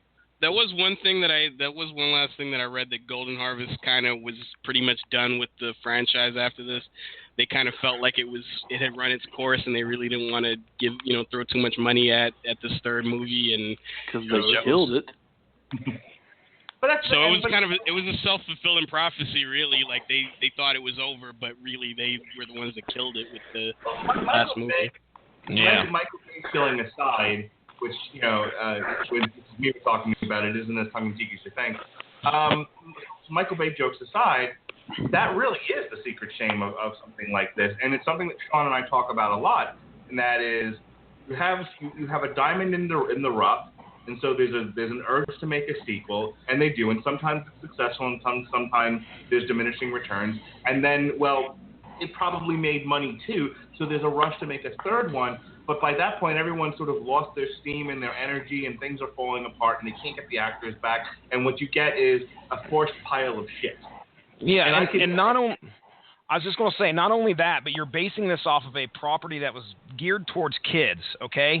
There's time that passes in between the first movie to the third movie, and those kids are growing up as you go along. So their expectations and enjoyment of said films are going to change. Well, not only that, it's not like they have, focus groups aside, and this is the last statement I'm going to make on this, then we got to keep going here. Focus groups aside, it isn't as if they're consulting with children. This isn't Paul Heyman putting together teenagers so that he can stay hip and ahead of the trends. Studio executives have sort of an assumption of Sean. Sean, said it before, we is some dumb people, and that's sort of the thing. If we throw any garbage out there with something that they like sequel to it, they'll go see it. And they're not in this to make art; they're in this to make money. And what's even worse is that sometimes even if you have something that doesn't make money, they can write it off, and it becomes a tax break for them. So it's like there's almost no incentive a lot of times to go out of their way to make something that's truly a treasure unless you own it, which is why the Marvel movies have been so successful, and we have in all these other cases the same repetition of lack of care by the end of the series. So with that said, that sort of effigy towards the Turtles. We'll go ahead and give everybody a last opportunity to tell people where to find you. Last remarks. Thank me for being on the show. Give me praise for setting this up for all of you. Just kidding. So Ben, let you go first. Go ahead. Am I doing final thoughts or plugs or both? Dude, talk. Here's another thing that I hated about this movie. No, I'm done. Go. I'm gonna I'll give you like 10 seconds of final thoughts, and then I'll plug my stuff. Basically, love the first movie, love the franchise, love the cartoon. The second movie I liked. It was there was a lot more that was dependent on nostalgia for me loving that movie than maybe the first one. It doesn't hold up quite as well, but I still enjoy it, and I usually watch both back to back. The third movie can go straight to hell. That's all I got to say about that. And I hope to God I never have to watch that movie again.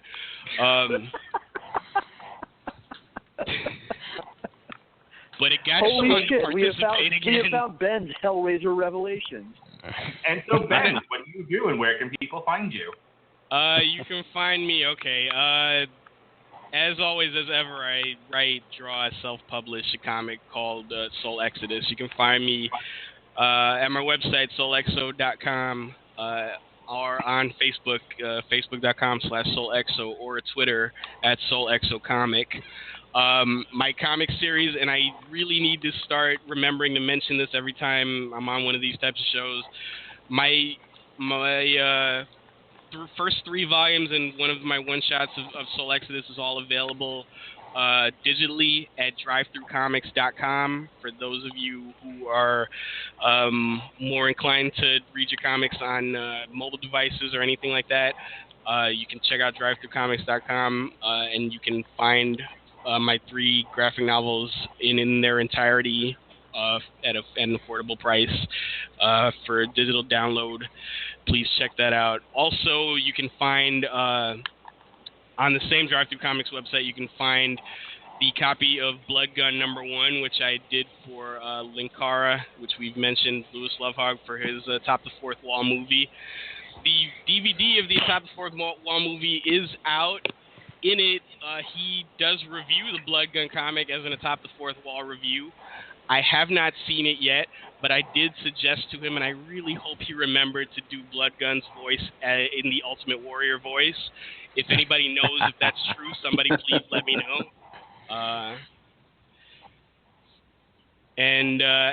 Aside from that, I do Sketchbook Saturday. Every Saturday, I do at least one sketch of all kinds of different things, usually whatever comes to mind. Or sometimes there'll be variations on a theme. Sometimes it'll be whatever happens to be hot that weekend. Sometimes I will take a request. Sean, I think, is going to take severe advantage of me on that one this weekend. I may live to regret it. I may enjoy it. I don't know. Come on. When I tell you what it is, I think you'll realize that it's going to be fun to draw.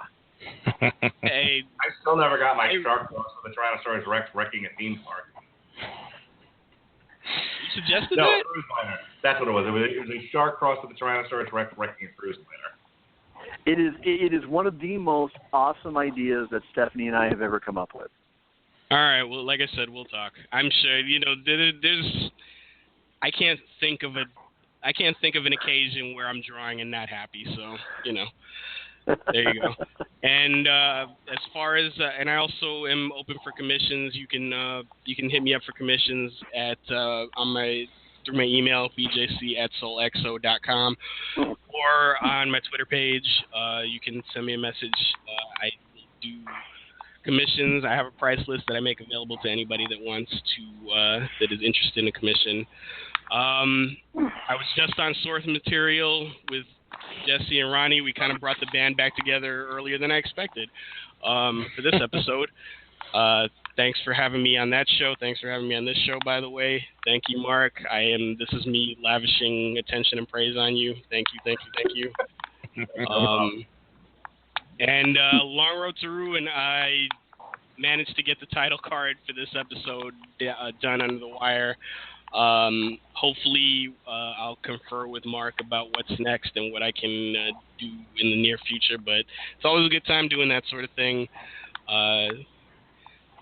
In the near future, I mentioned on source material I'll be doing next month, which is my birth month. I will be doing the Spider-Man comic that was released in my birth month, my actual birth month, which is Spider-Man Nothing Can Stop the Juggernaut.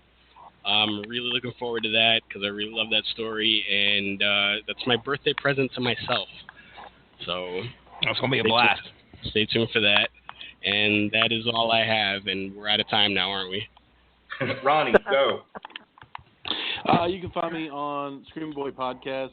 We are not on hiatus, but we have slowed down just a hair because we are retweaking everything and redoing our show to cover a wide spectrum of different topics. But we just put out a show where we had on a guest, Josh Calandris, and we talked about Batman v Superman, Dawn of Justice. And I've personally listened to that show about 3 times, and I don't listen to it myself a whole lot. But that show was a lot of fun, and Calandris is a fantastic guest to have on. And Jesse has frequented our show, Teasley, a few others. So it's been a lot of fun. But like I said, we're going to revamp the show a little bit and redo some stuff. So, but you can find us on iTunes, Stitcher, TuneIn, and the Radulich In Broadcasting Network. Thank you so much, Mark, for allowing me to be on here. You're a pretty okay guy. All right. Was that enough lamentations? Perfect. I love you. Don't change a thing. Jesse, start. Go. All right, final thoughts on the trilogy. Let me just say this much. This is a perfect example of the Long Road to Ruin Okay, we Yeah. start out great, and we end up wiping our ass with the third one. So it's just it's a perfect example of what belongs on this show. I want to thank each and every single one of you guys for allowing me to talk Turtles with you guys. This has been a fun week. 3 shows I put on this. I put on here. I got to be on the Radulich In Broadcasting Network talking about one of my favorite things, which is Teenage Mutant Ninja Turtles. We got a franchise that started out as a comic, went to a cartoon.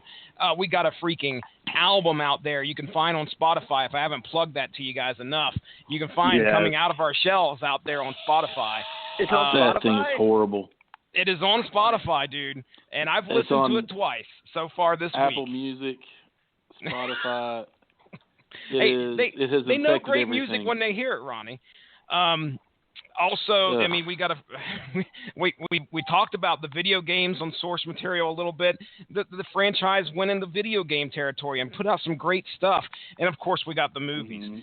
What a great product! What a great concept these guys came up with that just took the world by storm, and is still out there. It's still out there. As for myself, just as mentioned earlier, you can go back into the archives, listen to source material this past Monday, and you can find out just what a Rat King is. All right? Damn you all.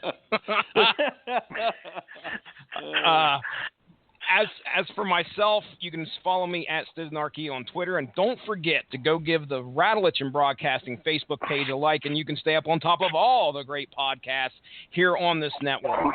Thank you guys very much again. I appreciate every little bit of it. Don, go. Okay, thoughts on the trilogy. First movie, yay. Second movie, eh. Third movie. Anyway, thank you. Thank you to Jesse, Ronnie, Ben for the short time he was on. Jason, it's always a pleasure to have all 4 of you longtime friends of the Radulich In Broadcasting Network on the show.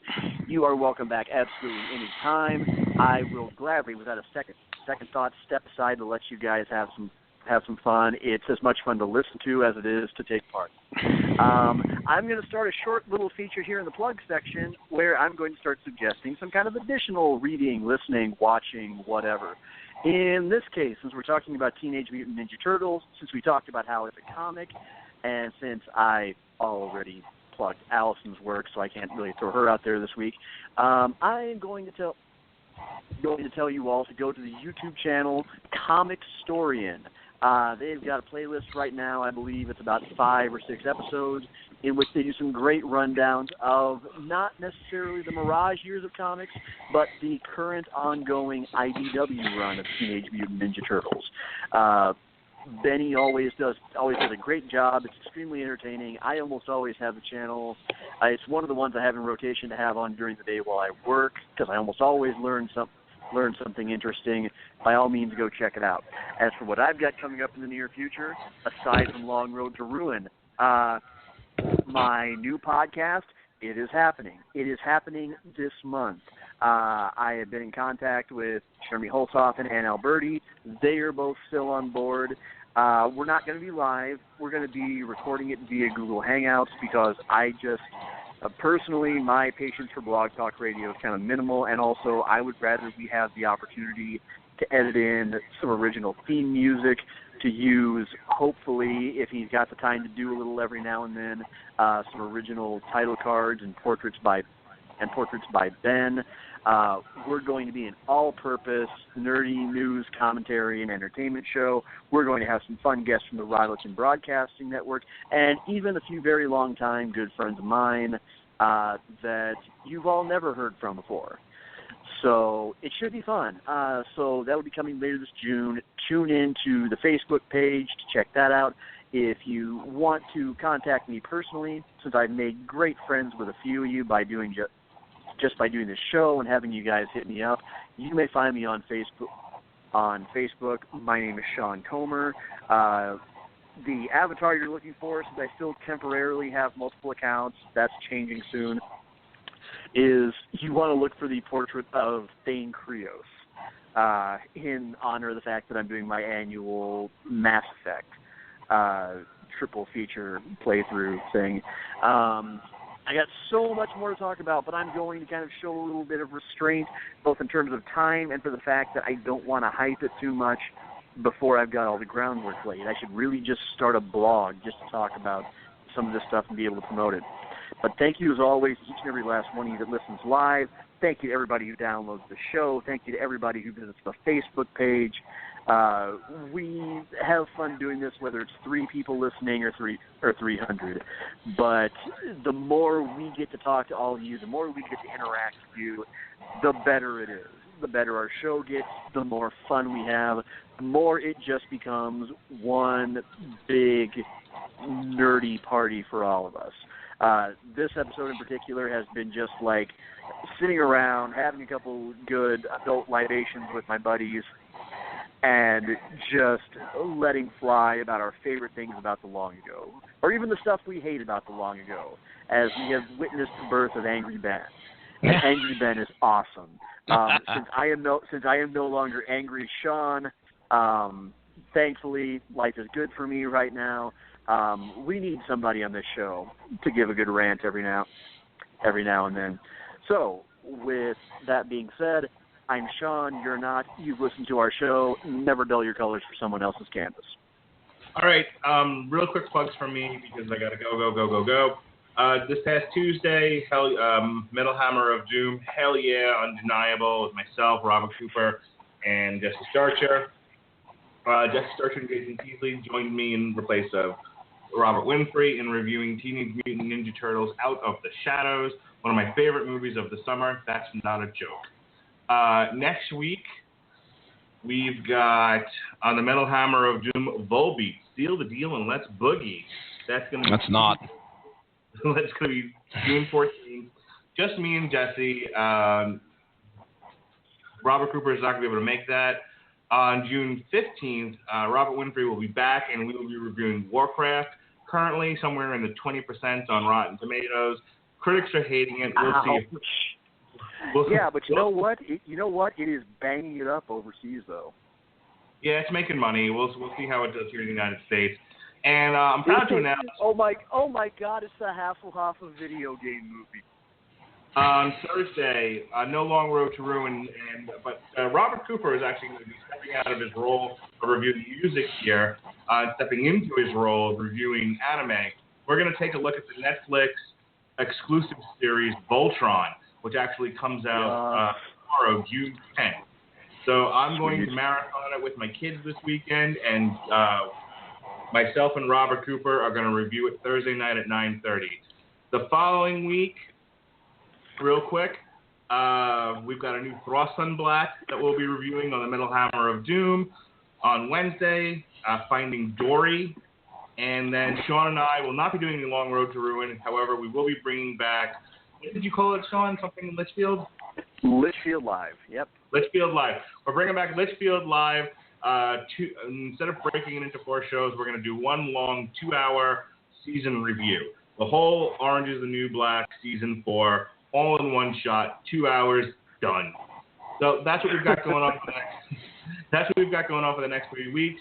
As far as my final words on the Ninja Turtles, my daughter liked them. With that said, be well, be safe, and behave. Hey, what do you guys want to eat? Pizza! Cowabunga, dude.